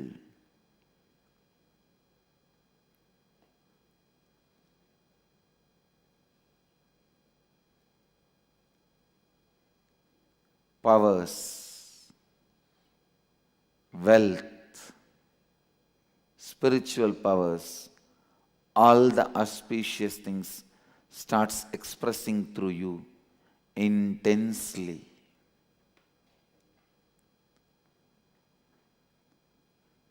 Let me define responsibility. Responding to the world from the best possibility is responsibility. Responding to you and to the world from the best possibility is responsibility. Responsibility not only awakens leadership qualities in you, it awakens leadership consciousness in you. Qualities are different, consciousness is different. In the corporate life, in the outer world,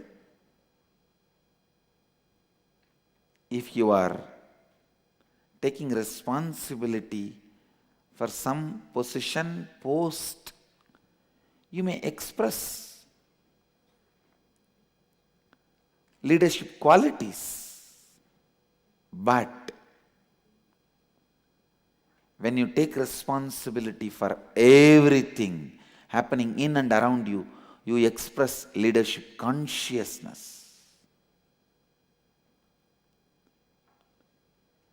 When you expand, expand, expand your commitments and the responsibilities you hold in your being for yourself goes on expanding and expressing all the possibilities. Either you react or respond. You only have two ways of relating with the world. If you feel you are not responsible, you react. If you feel you are responsible, you respond.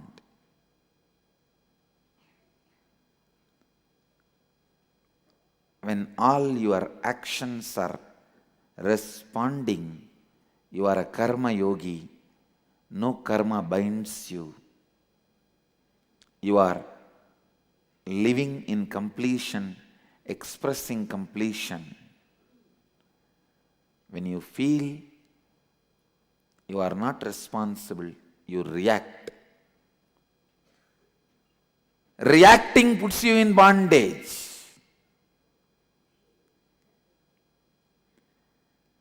Reacting keeps you in incompletion.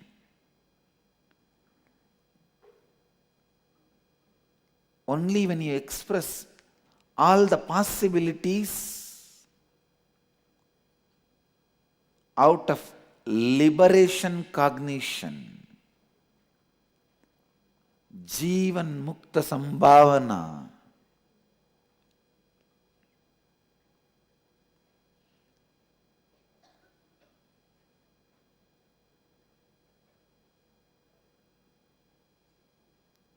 you are living your life.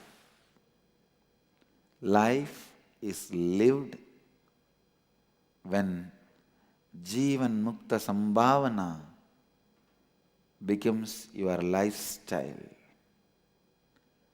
The space of possibility, space of leadership, I tell you, nothing else is required for you to be a leader. Just leadership consciousness is enough. When Vivekananda walked length and breadth of India, he did not have anything other than leadership consciousness in his life. But wherever he went, kings washed his feet, gave their own thrones for him to sit, received his blessings, guidance, requested for his spiritual support.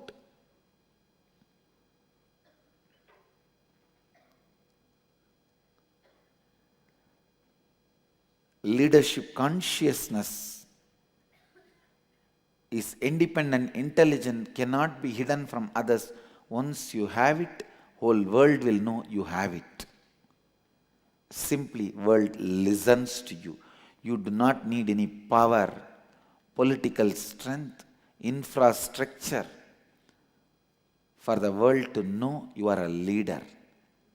Even if you walk in the street, you will stand tall, man among men. And the world will respect you.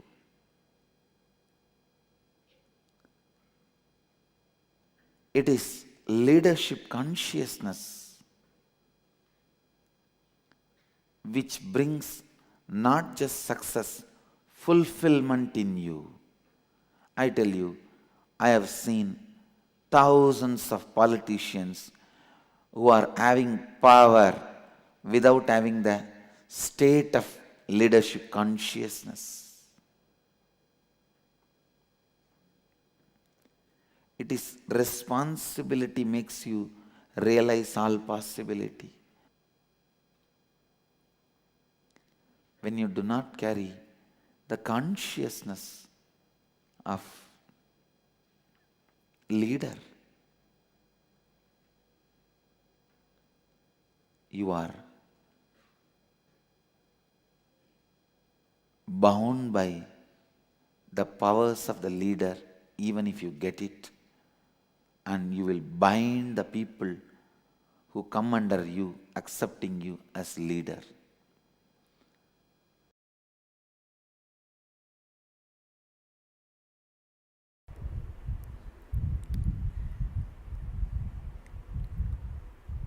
See, first and foremost truth. You have human body. You can believe you are given or you created. Anything is okay. You have human body to taste ultimate superconsciousness. Superconsciousness as a state of pure unclutching, completion.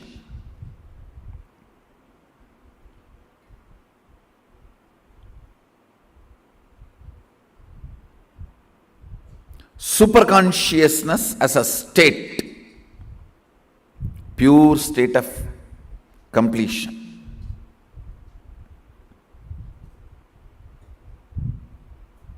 Unclutching, complete completion. Same superconscious operating space. Understand? Superconscious state, operating space. That means completion with others. Not only completion with others can be considered as a being neutral state, neither negative nor positive. Enriching others, where your consciousness oozes out and involves itself with others' life. Understand? Only when your consciousness involves with others' life, you manifest Ishwaratva. The Ishwaratva starts manifesting. The space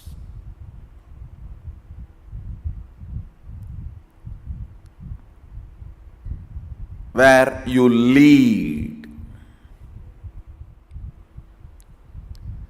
Understand, everyone wants to be a leader. Really, everyone is interested.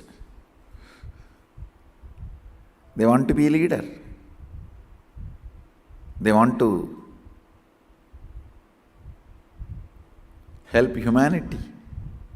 They want to show humanity how life should be.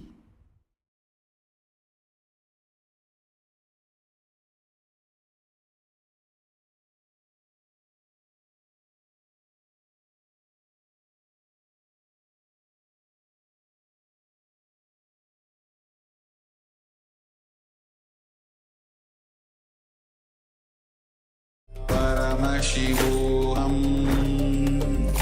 Om Nithyananda Paramashivoham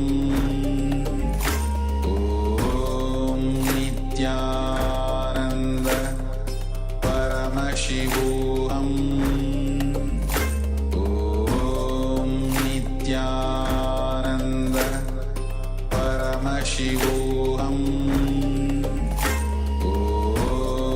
Nithyananda Paramashivoham Om Nithyananda Paramashivoham Om Nithyananda Paramashivoham Om Nithyananda Paramashivoham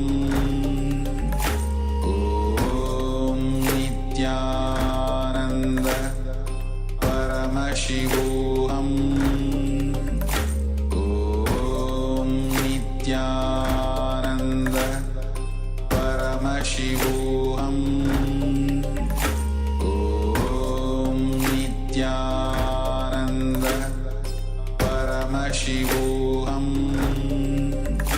Om Nithyananda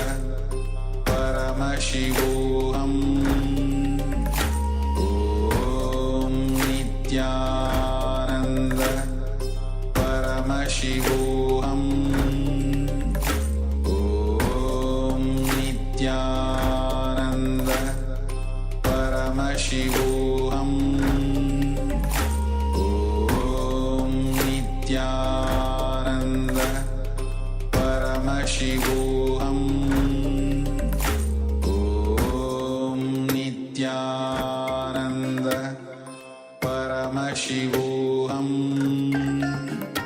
Om Nithyananda Paramashivoham Om Nithyananda Paramashivoham Om Nithyananda Paramashivoham. Nithyananda. So we saw how beautifully Swamiji spoke about how responsibility awakens the leadership consciousness in us.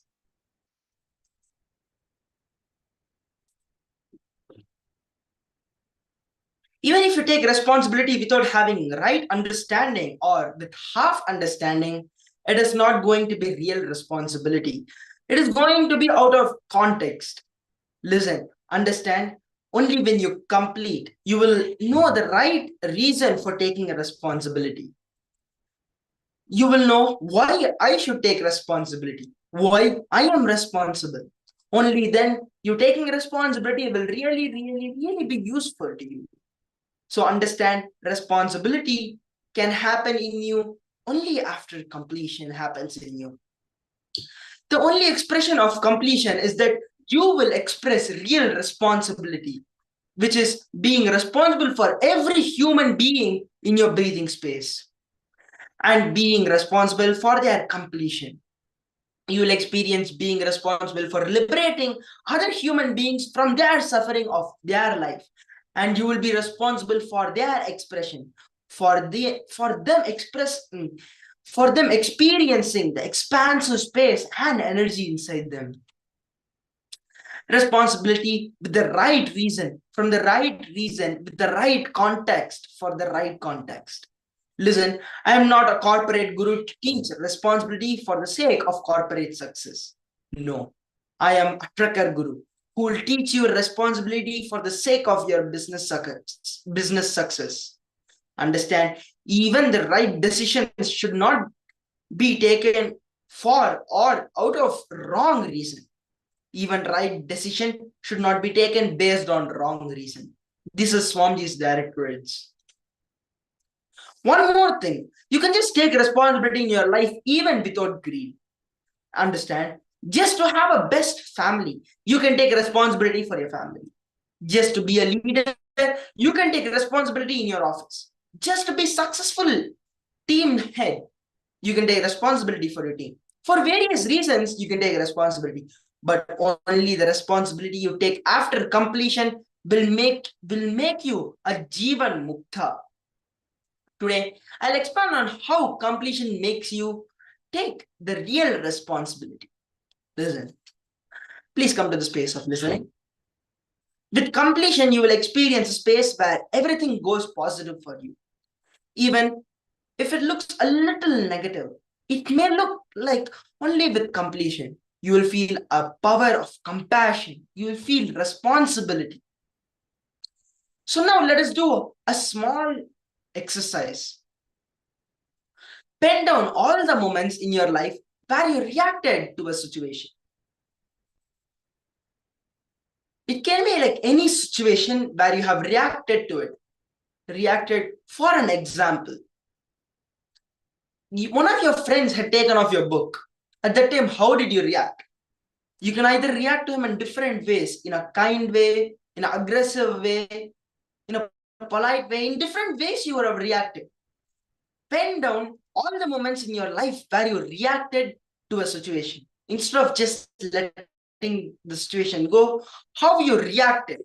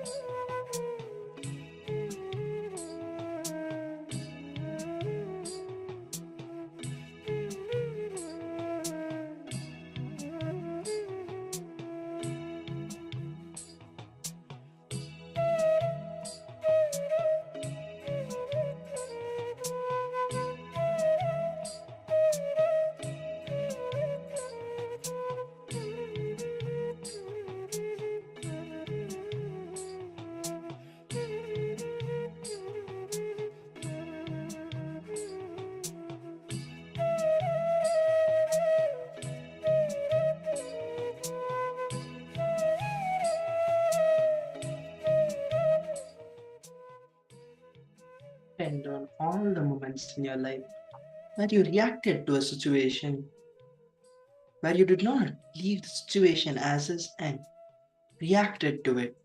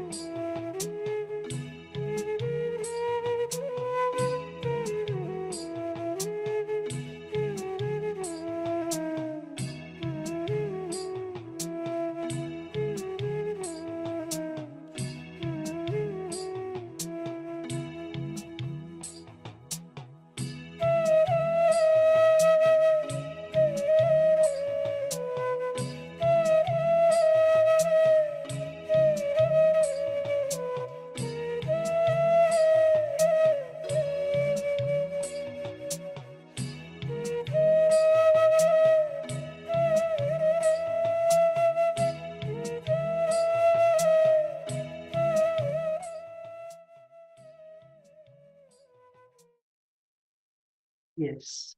So now we'll be entering into the next step of this process, where we are going to be seeing how each of these incidents which I have penned down until now, how each of these incidents have affected your life.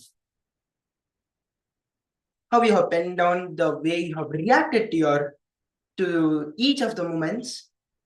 Now see how the way you have reacted, that incident, how has it affected your life? Write them down. Pen them down in detail, as much as detail as possible. Yes, let's start.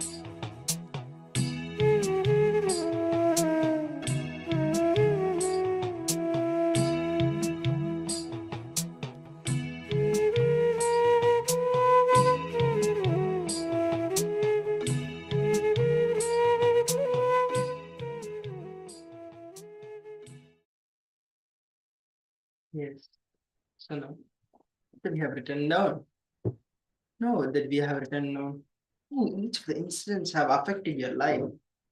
Now decide to take responsibility for everything in and around you. Again, decide to take responsibility for the happenings which are happening inside you and around you.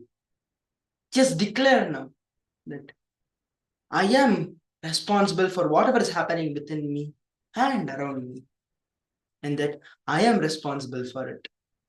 Declare this. With this, now we'll be seeing a beautiful clip where Swamiji is going to be explaining about how responsibility awakens the leadership consciousness inside us. Get into the deep space of listening, as now we are going to be watching this beautiful clip.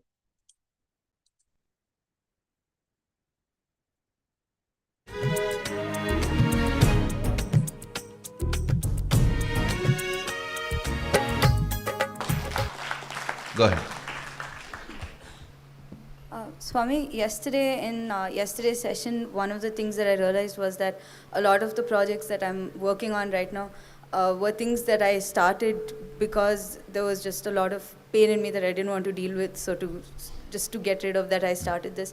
But I actually like working on the projects. Are they like, should I stop working on these? No. You should not stop working. You should complete the pains from which you are trying to run away. If you complete the pains, these projects will be more successful than what you think. See, if you do it with if you do a project by putting your time, it will only be like a mathematics. If you do it by putting your energy along with time, it means you need to have energy. Now all your energy is caught in the incompletions and pains. Complete and put your energy into it. Then you will see it will come out as art piece. If you put your life, it will come as your own extension. Please understand, whether your job, relationship, career, anything, if you are giving only your time, you are a worker. I do not have in 1 inch of respect for anybody who is working for somebody. Please understand. I am making a very blank, straightforward statement. Be your boss. Even if you think, no, I am working already for 25 years, how can I give up my job? Take this as a 2-year project. Within 2 years, you will do the transition and become your boss. Be your boss. I tell you, after you leave the body, you will understand how much consciously you have grown by being your boss. Please understand, only to the people whom you are serving, your clients, your customers, whom you are enriching, should be your boss. Be your boss. I tell you, consciously, you will be complete about life.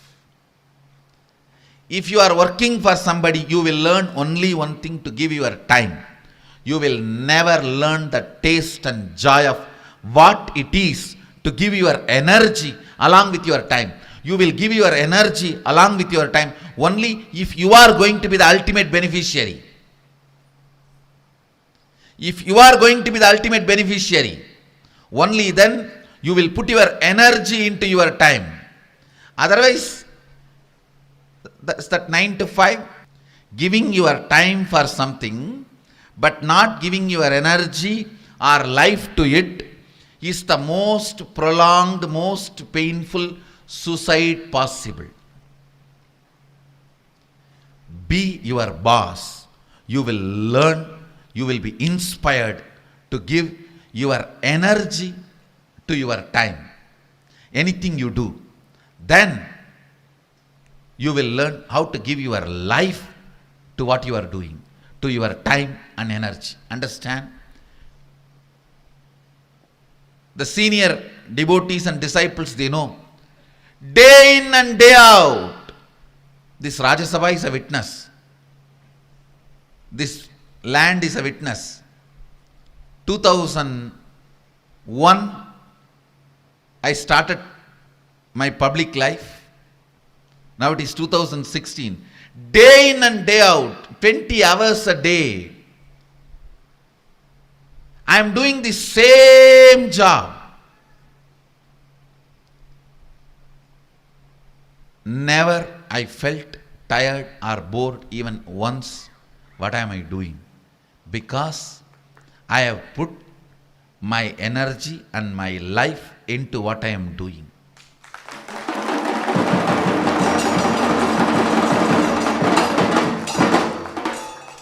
I don't know how many thousands of times I explain unclutching and completion.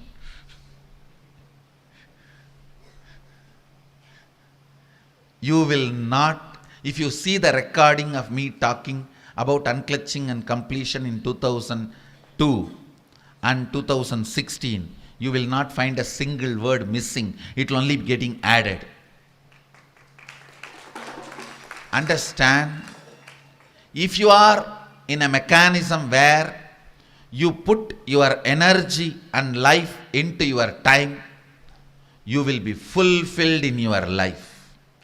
If you are putting your energy into your work to the level your seniors can handle you, they are okay.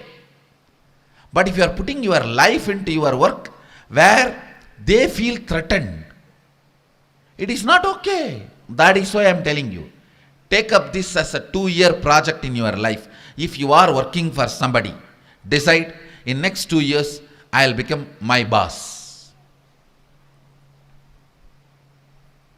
And it will really, really make you put your energy and your life into what you are doing. Not only you will have success, you will have completion. You will have fulfillment. I tell you, deep self-doubt only makes you work for others.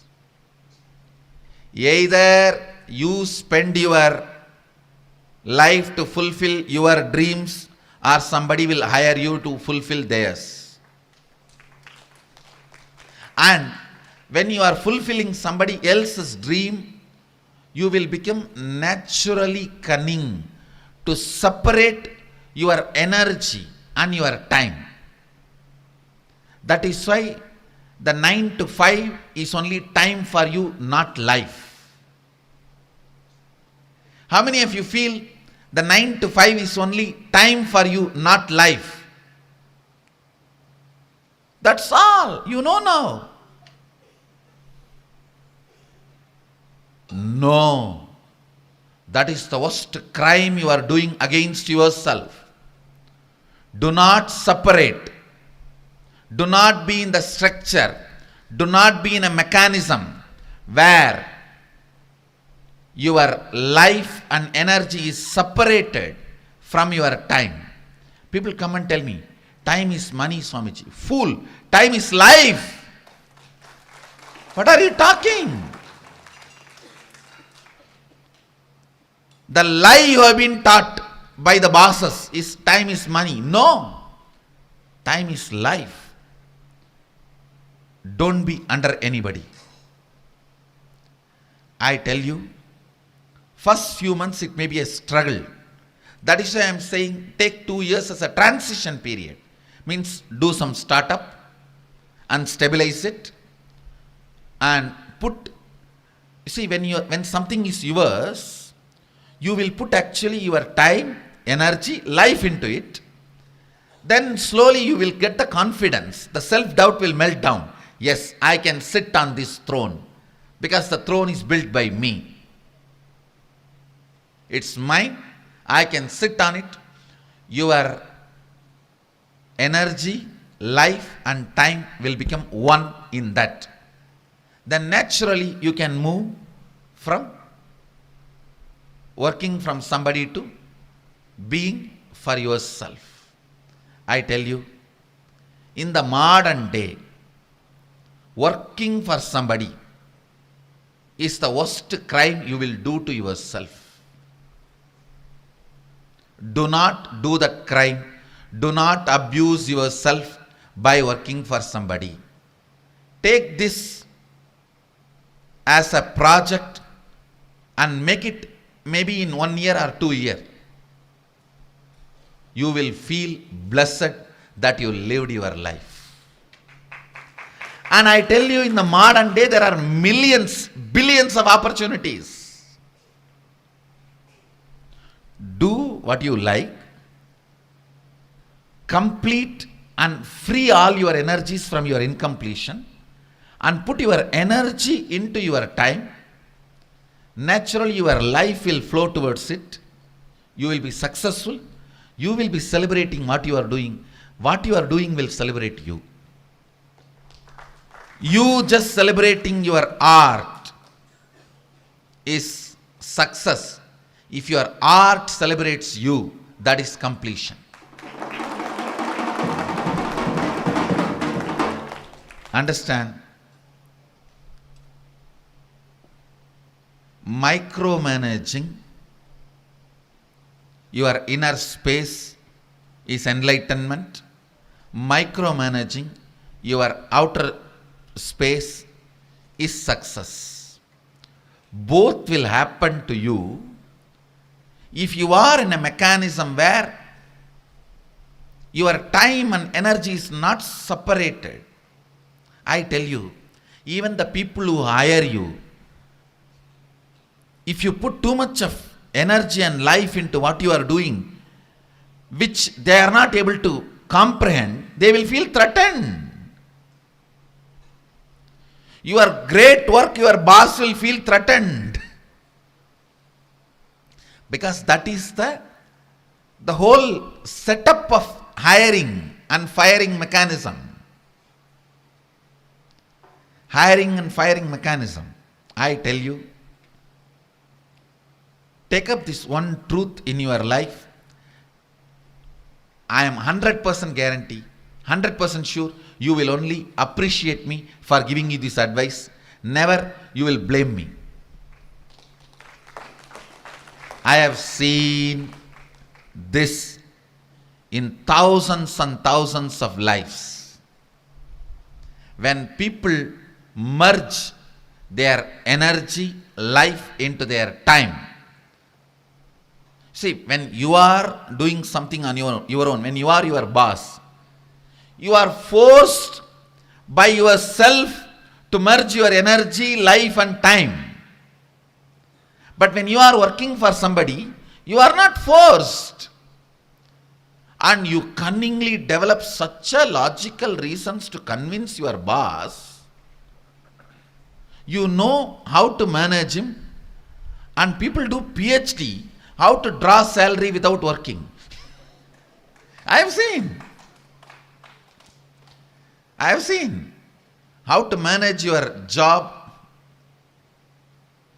continue to get bonus, salary and never doing any work. In that way, you are not just cheating your boss, your life becomes peace. The energy is separated from time, energy is separated from life. Then you feel your life is just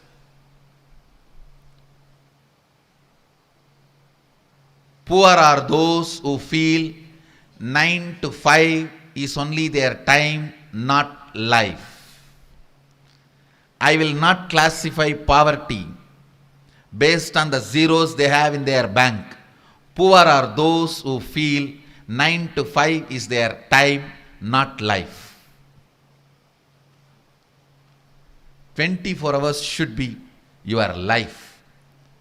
It should not be separated as time plus energy, time plus life plus energy.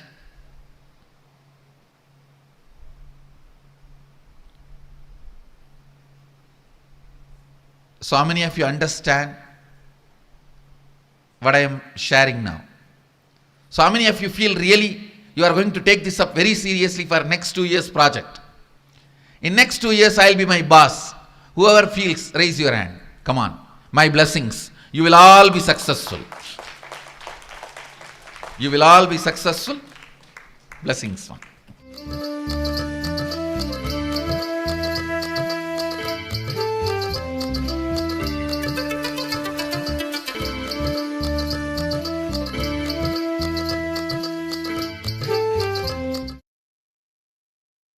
Yes. So with this, we'll be entering into the power manifestation of today.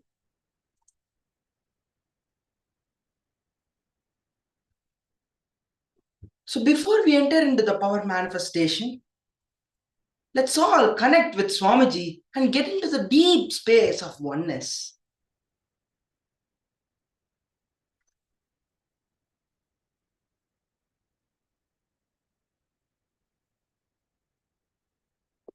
So today, we'll be manifesting the extraordinary power of third eye. In this, in the power of third eye, there are many different divisions where through the power of third eye, you can do the body scanning, remote vision. And today, we are going to be doing increasing huge objects just by command. So we'll be increasing the size of an object just with the command, just by your very words. So now, let us first see the Shastra Pramana on the Ashtamaha Shaktis. Maranam kadyate tena sakena pina khadyate tasyasyabaram siddher animade gunaprada vayus sancharade dehe rasavedder bhavedruvam akasha panchagalapti yusampi varadheyate. This is from the Shiva Samhita 5.76 to 7.8. So the translation goes as, death is eaten by him, he is eaten by none. He manifests the highest power such as Anima, Lagima, Mahima, etc. The Vayu, wind energy moves equally throughout his body. The juice of his body also are increased. Rasavriddhi, the nectar exploding from the ethereal lotus, Akasha Panchaka, also increases in him. So now let us enter into the power manifestation itself. So today we'll be manifesting the power where you're going to be increasing the size of an object. So you can take any object, you can take a fruit, or you can take a cup, you can take anything. And then visualize your Paramashiva and declare your Paramashiva, and visualize everything around you is also Paramashiva. With this context, command the object which you have to increase its size.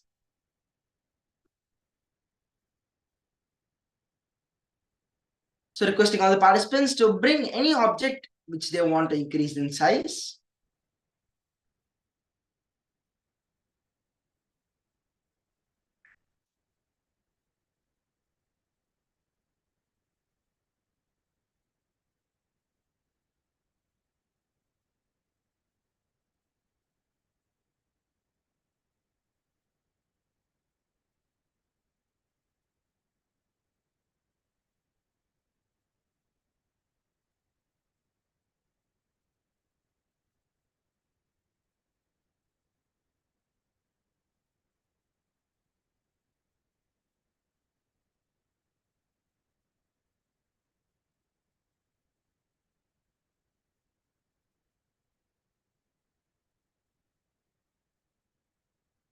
So now I'll be playing a beautiful video of Swamiji.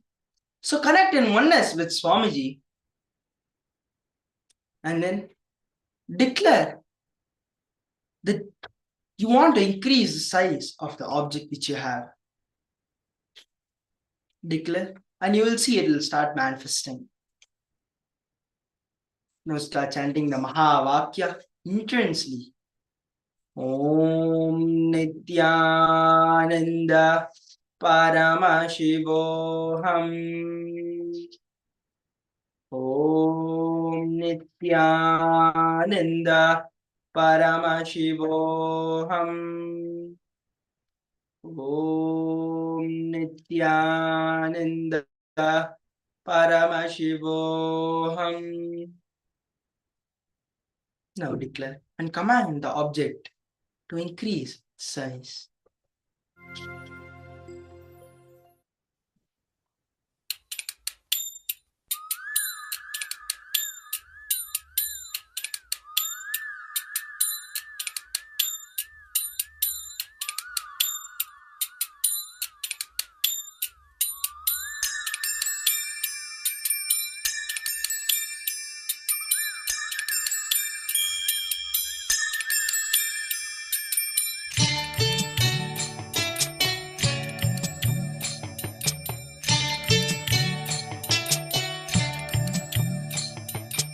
அண்டமாகி அறிவதற்கு அரியதான பொருளதாகி தொண்டர்களின் குருவுமாகி தூய்மையான தெய்வமாகி அண்டமாகி அறிவதற்கு அரியதான பொருளதாகி தொண்டர்களின் குருவுமாகி தூய்மையான தெய்வமாகி திசையெட்டும் போற்றுகின்ற என் ஐயன் ஈசனவன் திடமுடைய நித்யநந்தன் தினமும் என் சிரசை காக்க நித்ய சண்முகா நின்னை பற்றினோம் நித்யநந்த சண்முகா காக்க காக்கவே நித்ய சண்முகா நின்னை பற்றினோம் நித்யநந்த சண்முகா காக்க காக்கவே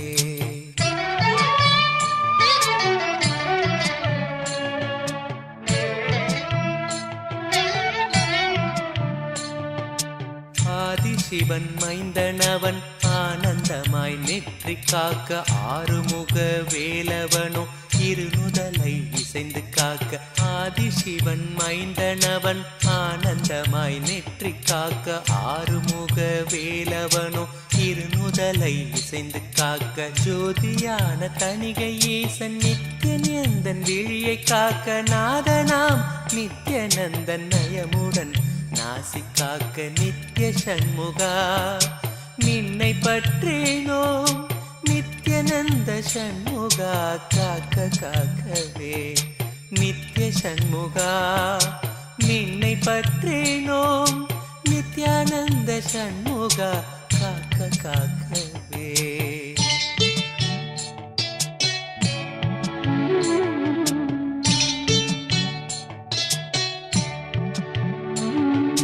செவி இரண்டும் சிறப்புடனே சிவகாமி செல்வன் காக்க வாயை வேலவன் காக்க நாப்பல் முழுதும் நித்யன் காக்க செவி இரண்டும் சிறப்புடனே சிவகாமி செல்வன் காக்க வாயை வேலவன் காக்க நாப்பல் முழுதும் நித்யன் காக்க கருப்பை தன்னை கந்தன் நித்யன் கருணையுடன் காக்க பின்னர் பிடரி தன்னை பிரியமுடன் சிவ நித்யானந்தன் காக்க நித்ய சண்முகா நின்னை பற்றினோம் நித்யநந்த சண்முகா காக்க காக்கவே நித்ய சண்முகா நின்னை பற்றினோம் நித்யானந்த சண்முகா காக்க காக்கவே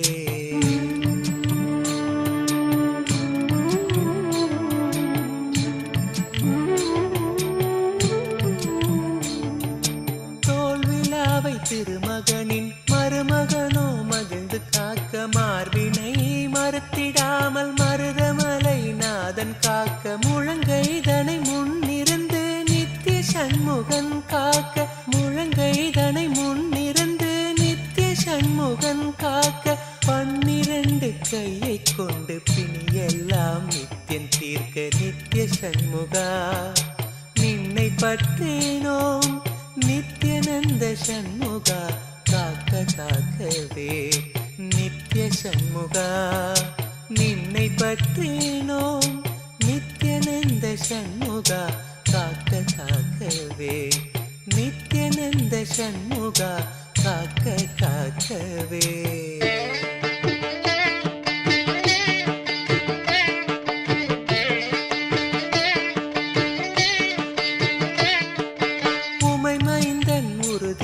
உறுதியாக முன்கை தன்னை முகிழ்ந்து காக்க கைத்தலத்தை மால் மருகன் நித்ய சுப்பிரமணியன் காக்க உமை மைந்தன் உறுதியாக முன்கை தன்னை முகிழ்ந்து காக்க கைத்தலத்தை மால் மருகன் நித்ய சுப்பிரமணியன் காக்க பொறிக்கரம் விரல்கள் பத்தும் பாங்குடனே புறம் கையும் பின்முதுகும் பின்னவனோ பிணி இல்லாமலை காக்க நித்ய சண்முகா நின்னை பற்றேனோம் நித்யானந்த சண்முகா காக்க காக்கவே நித்ய சண்முகா நின்னை பற்றேனோம் நித்யானந்த சண்முகா காக்க காக்கவே.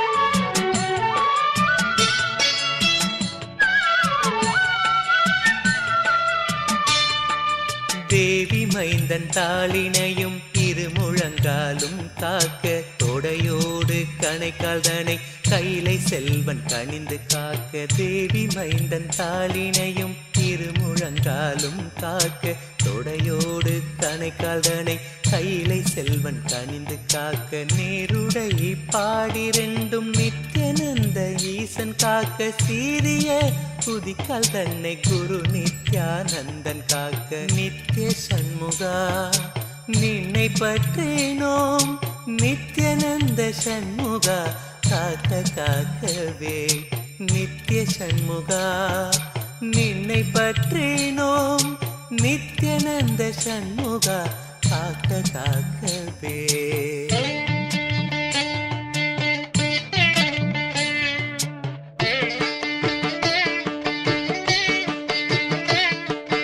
விடுதிநாதன் பாதத்தோடு 10 விரலும் பறிந்து காக்க காலையோ கருத்தினோடு Gowri. Yes. So now, verify the object which you have chosen to increase the size. Verify it by checking the size of it right now. Verify it and post your experiences on the social media throughout this session. What are the powerful cognitions which you manifested, and what are the things which you learned newly, and how it helped you? Share it in the social media. As in a few minutes, we'll be entering into the next segment of today's Paramashivoham.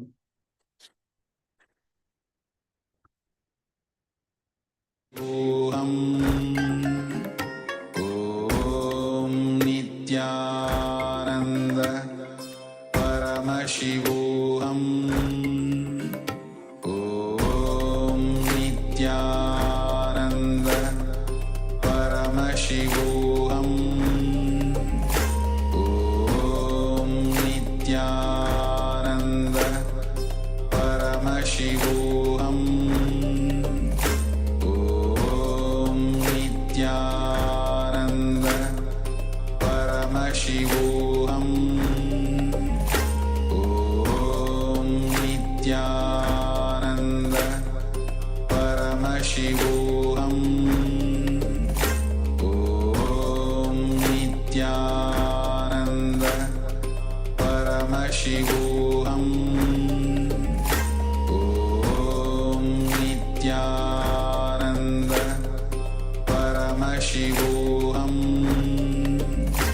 Om Nithyananda Paramashivoham.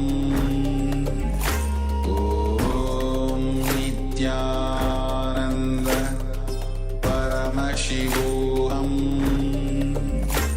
Om Nithyananda Paramashivoham. Om Nithyananda Paramashivoham. Om Nithyananda. Yes. Welcome back. As now we'll be entering into the next segment of today's Paramashivoham, where we are going to be learning how you are the creator of everything. In the Bhagavad Gita, chapter 3, in the Karma Yoga, chapter 3, the 24th verse, it explains about how if I do not keep performing actions, then I become the creator of confusion that affects the mankind, and these men will go to ruin. This is from the verse 24th of the chapter 3 of Bhagavad Gita. Before enlightenment, mountain is a mountain, hill is a hill, river is a river, forest is a forest. During the enlightenment process, mountain is not a mountain, hill is not a hill, river is not a river, forest is not a forest. But after enlightenment, again hill is a hill, river is a river, mountain is a mountain, forest is a forest. Even if you have achieved the highest perfect state, continue to respond to the world in a regular, normal, ordinary way by your constant performing of the actions. Somebody asked Padmasana Bhava, one of the greatest masters in the Buddhist traditions, if you become enlightened, after that, what will you do? Padmasambhava says, I will be doing the same thing with deeper gratitude every day. I will sit at Buddha's feet, offer my gratitude. They asked, will you not go and start your own Sangha? He said, no. Enlightenment means I will disappear into him. So I will dissolve into him. I will do whatever I am doing with more depth, with more gratitude and more intensity. Constant attitude to take up more and more and more work. Constant attitude of performing actions. How you feel constantly the bed is inviting you. How you carry the constant feeling to go and lie down. The same way, constantly feeling to work, to perform actions, to perform different actions, constantly feeling to be more active and energetic. Try to build this pattern. This will liberate you from all the patterns, constantly working, performing.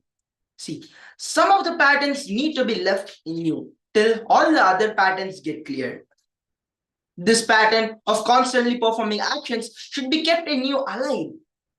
If you keep this one pattern constantly working alive in you, all other patterns will be destroyed. You can understand one more sacred secret from this verse. Your antaratma, the individual soul is the creator of your world. If you're constantly performing actions, you will be the creator of yourself. You will be the God for yourself. When you do not perform actions, you'll be the creator of confusion. Like how the Bhagavad Gita says here, all men will follow the same and destroy themselves. All your organs and thoughts will follow you in the creation of confusion and destroy yourself as well. Whether you are the creator of the order or creator of chaos depends on your patterns of performing or non-performing. If you're constantly performing actions, you're the creator of order of the universe. Otherwise, you're creator of the chaos. Shankaracharya Bhagavan is using a very beautiful word. Aham Shankaracharyasya. I become responsible for the confusion and destruction if I do not work. Even if he is performing, even he performing is necessary so that everybody continues to perform actions. Patternless living happens by continuous performance of actions. When you continuously perform all cyclones happens in your inner space. Hatred, fear, guilt, everything disappears. Never settles as a pattern in you. You never get into the panic pattern. If you want to get all the patterns destroyed in you, whether the battle of hell, the pattern of fear, the pattern of guilt, the pattern of hatred, all of this can be destroyed with this, with you creating one more pattern of you having the pattern of doing continuous action, being workaholic. When you are doing continuous action, when you're completely energetic, nothing else, no other pattern can come. All the patterns which comes in its way get destroyed completely. Non-performance happens out of panic pattern. If somebody is non-performing, be very clear, that fellow is caught in a panic pattern. He doesn't need mercy now. He needs puja.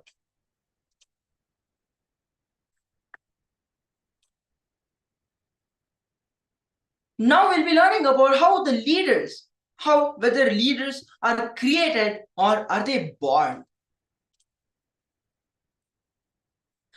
Hinduism's Vedas and Agamas, Dharma Shastras, in every level they teach you how to hold this powerful cognition and manifest leadership consciousness in you. Your DNA goes through a natural selection process called the growth. The natural selection process which your DNA goes through, that slow growth is not a compulsion or mandation or fate of you. If your conscious decision, will persistence describes that you are a leader, you want to be a leader, you are going to manifest what you want. That always gives you a quantum jump to your natural growth, natural selection process. Fundamentally, conscious decision is to hold the higher level cognitions in you and change the very way of your biology, the very way of how your biology works. Not just the way of the physiology works, the very way of how the biology works. The very way your biology works changes by the power of conscious decision. Conscious decision is to hold powerful cognitions. Conscious decision to hold powerful cognitions matters. More and more you hold the powerful cognitions, you are Paramashiva, you are super consciousness. Once you decide to use the consciousness decision once you decide to use the conscious decision power, you can just alter, change, delete, rewrite anything as you want. Anything the way you want, in your own way. A leader is a person who can manifest his conscious decision with will persistence and manifest it as a reality in real life by giving a conscious breakthrough to his own DNA through a quantum leap, through the normal natural selection process, and lead his life. Becoming Ishvara of your own life is the basic necessity for every human. You need to become the Lord of your life. You need to raise your consciousness. When your consciousness raises, automatically you become a leader of your life. Lord of your life. You become the God for yourself. Ishvara for your life. Every Upanishadic truth is a powerful cognition. If you hold the powerful cognition, you are Paramashiva, ultimate oneness space, where you are free from everything, completely unclutched, manifesting the Mahatva, manifesting the macrocosm. Universe comes out of you, lives you, and relaxes in you.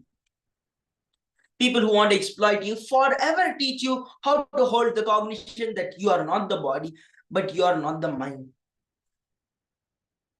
It is not that you're not the body or mind, but don't hold the cognition. You're not the body, you're not the mind. Hold the cognition that you are pure cognition. You're pure consciousness.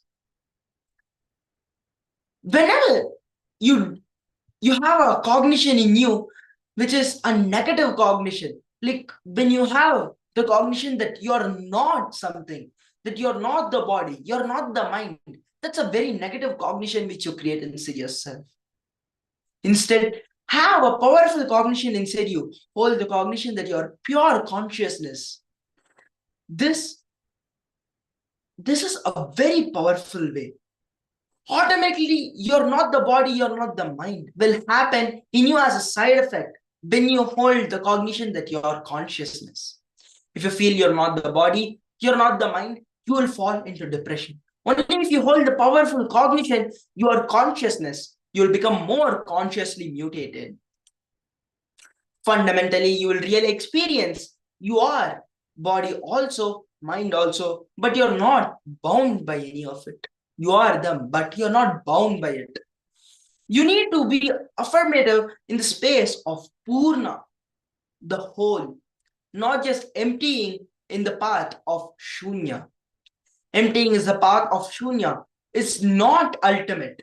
Affirming the path of Purna is the ultimate, where you feel you're the existence, you're everything, you're the whole. The process of unclutching can directly upgrade you, your very consciousness, raising your inner space, becoming more authentic. Hundreds of good side effects happen in you. Become healthy, wealthy. You become a leader. You become more intelligent. You become more balanced. More balanced. Thousands of things happen in you as a side effect of upgrading your consciousness. This one process of unclutching is enough.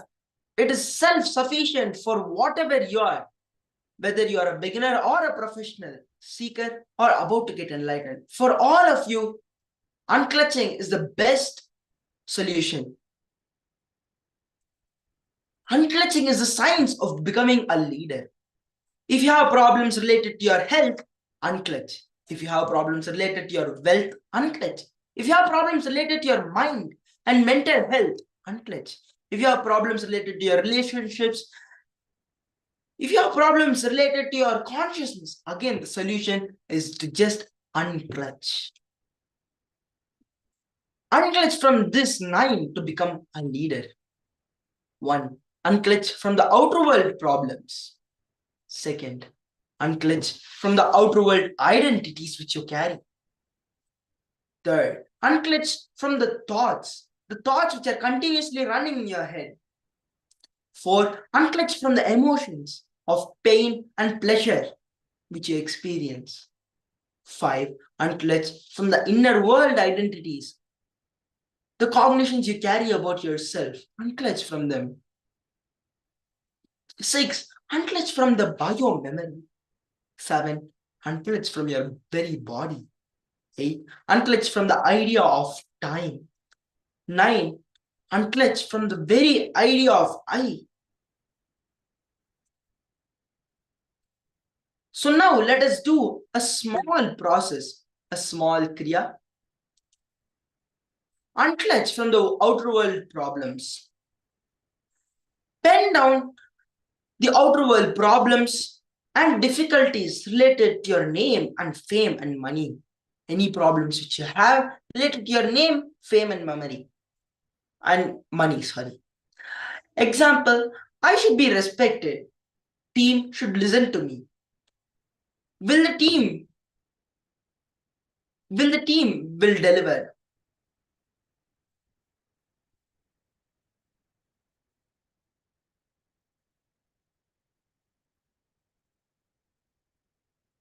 So now, please pen down all the outer world and the outer world difficulties related to the name and fame and money. Please pen down.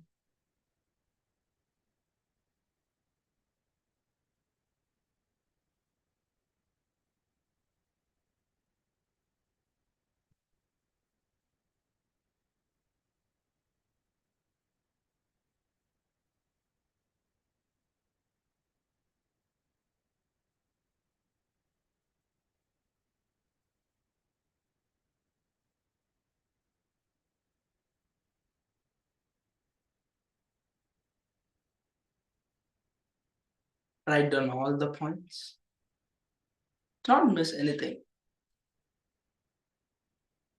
As many as you remember, just dig deep in and pen them down.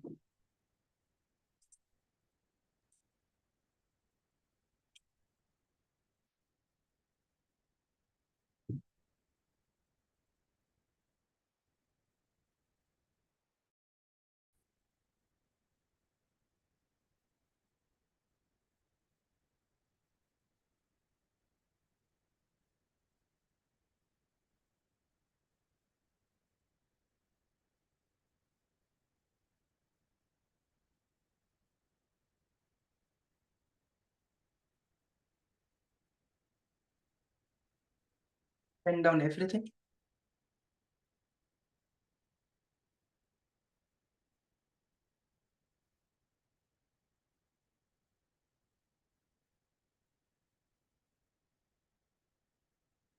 Every single point you remember,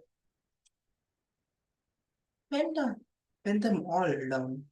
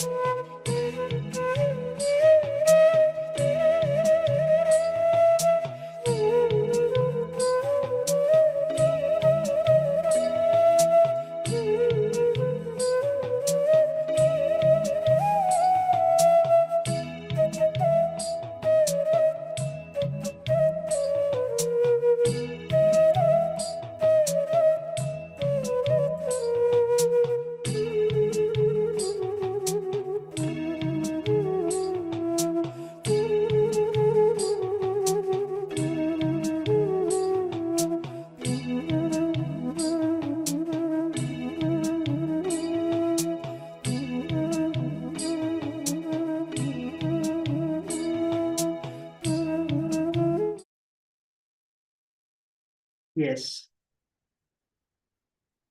So now, let us continue.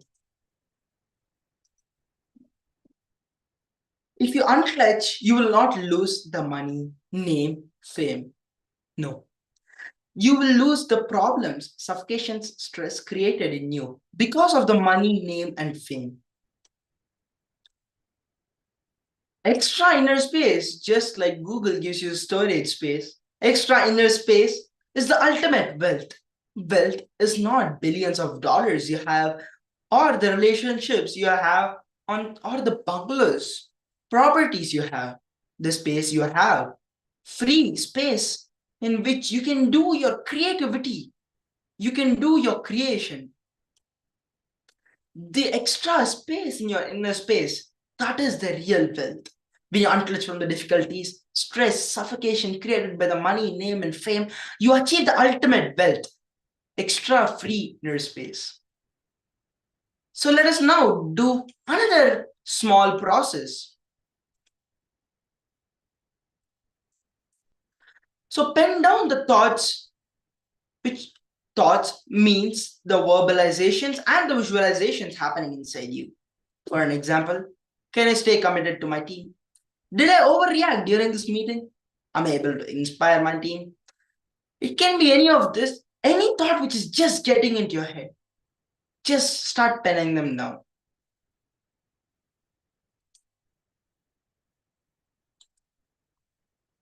Pen down all the thoughts you're having, as is.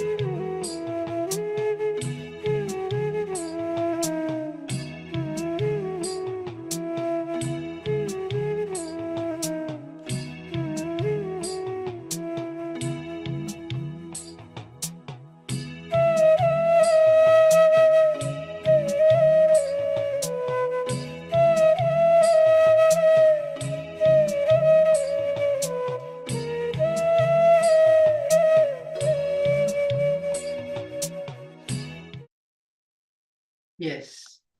So now, let us now continue. So when you look at the verbalizations and the visualization happening inside you, your thoughts, continuously try to unclutch from both. You will see extraordinary power start expressing in you when you start unclutching from the verbalization and the visualizations which is going on in your head continuously. You will become a yogi whenever you remember the verbalization, words moving, happening in you, or the visualizations happening in you, the ideas happening in you, unclutch. Even boredom, restlessness is one more thought or one more visualization which you can unclutch even from that. So now we'll be getting into the next exercise where you'll be penning down your emotions of pain and pleasure. When you unclutch from the pain and pleasure, not only you'll be free from it, even your health will improve drastically. So for an example for this, I have a chronic back pain, for an example. Write down your pains and pleasures. Like a few examples for this is, I like sweet. I like to have chocolate maybe. That is your pleasure. And for your pain, I'm having leg pain. I'm having a stomach ache. Like these are your pains and pleasures. So now take some time and pen down your pains and pleasures which you're having, which you're facing and feeling right now.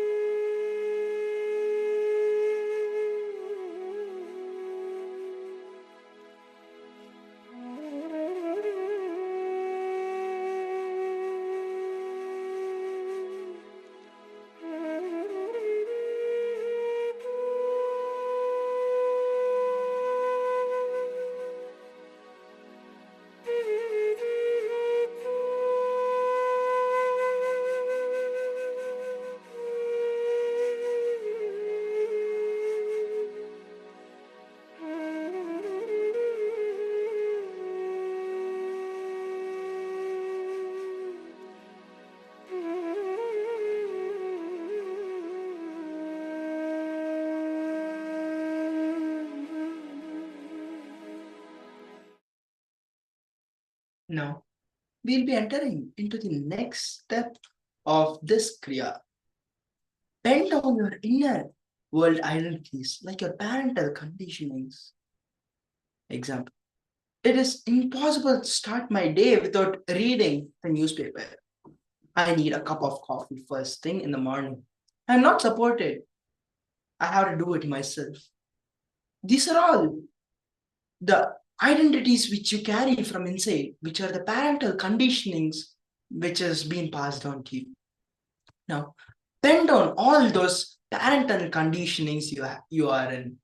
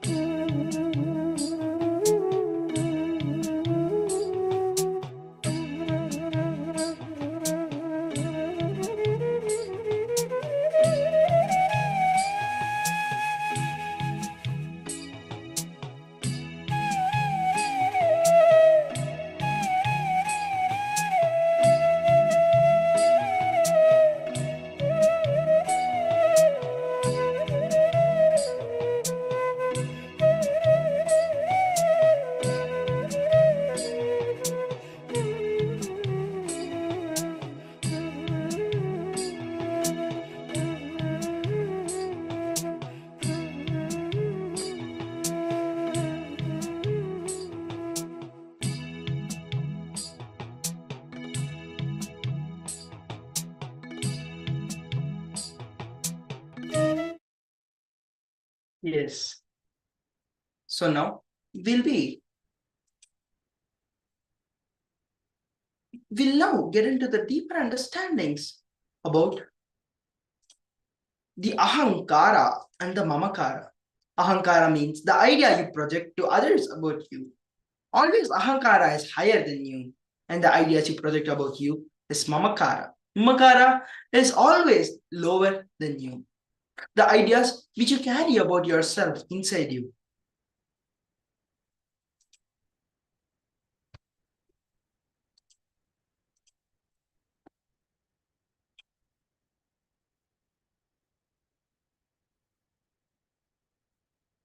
When you unclutch from the body, thousands of disorders you create for yourself, like arthritis, blood pressure, all this completely disappears because of the benefits you experience by unclutching from the very source. The idea of you will see, simply move to the next level and experience all the 9 levels of unclutching. Leaders are born sometimes and made many times. Hold on to the powerful cognition, I am Paramashiva. Even with yourself, behave as Paramashiva. Even when you are alone in your bedroom, talk to yourself as Paramashiva. Behave with yourself as Paramashiva and demand yourself to be as Paramashiva. With this, we'll be coming to the end of this session. As now, we'll be entering into the preparations for darshan. So all of you get ready to receive Swamiji. As today is also the new year, I welcome all of you for the darshan, which is going to be starting shortly. Now we'll be entering into the preparations for the darshan. So with this, we'll be ending this session. Hope you all enjoyed this session.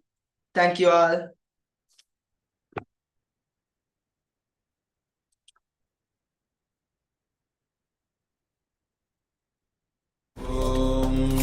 Nithyananda Paramashivoham Om Nithyananda Paramashivoham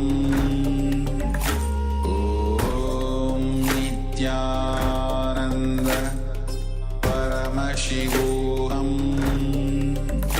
Om Nithyananda Paramashivoham Om Nithyananda Paramashivoham Om Nithyananda Paramashivoham Om Nithyananda Paramashivoham Om Nithyananda Paramashivoham Om Nithyananda Paramashivoham Om Nithyananda Paramashivoham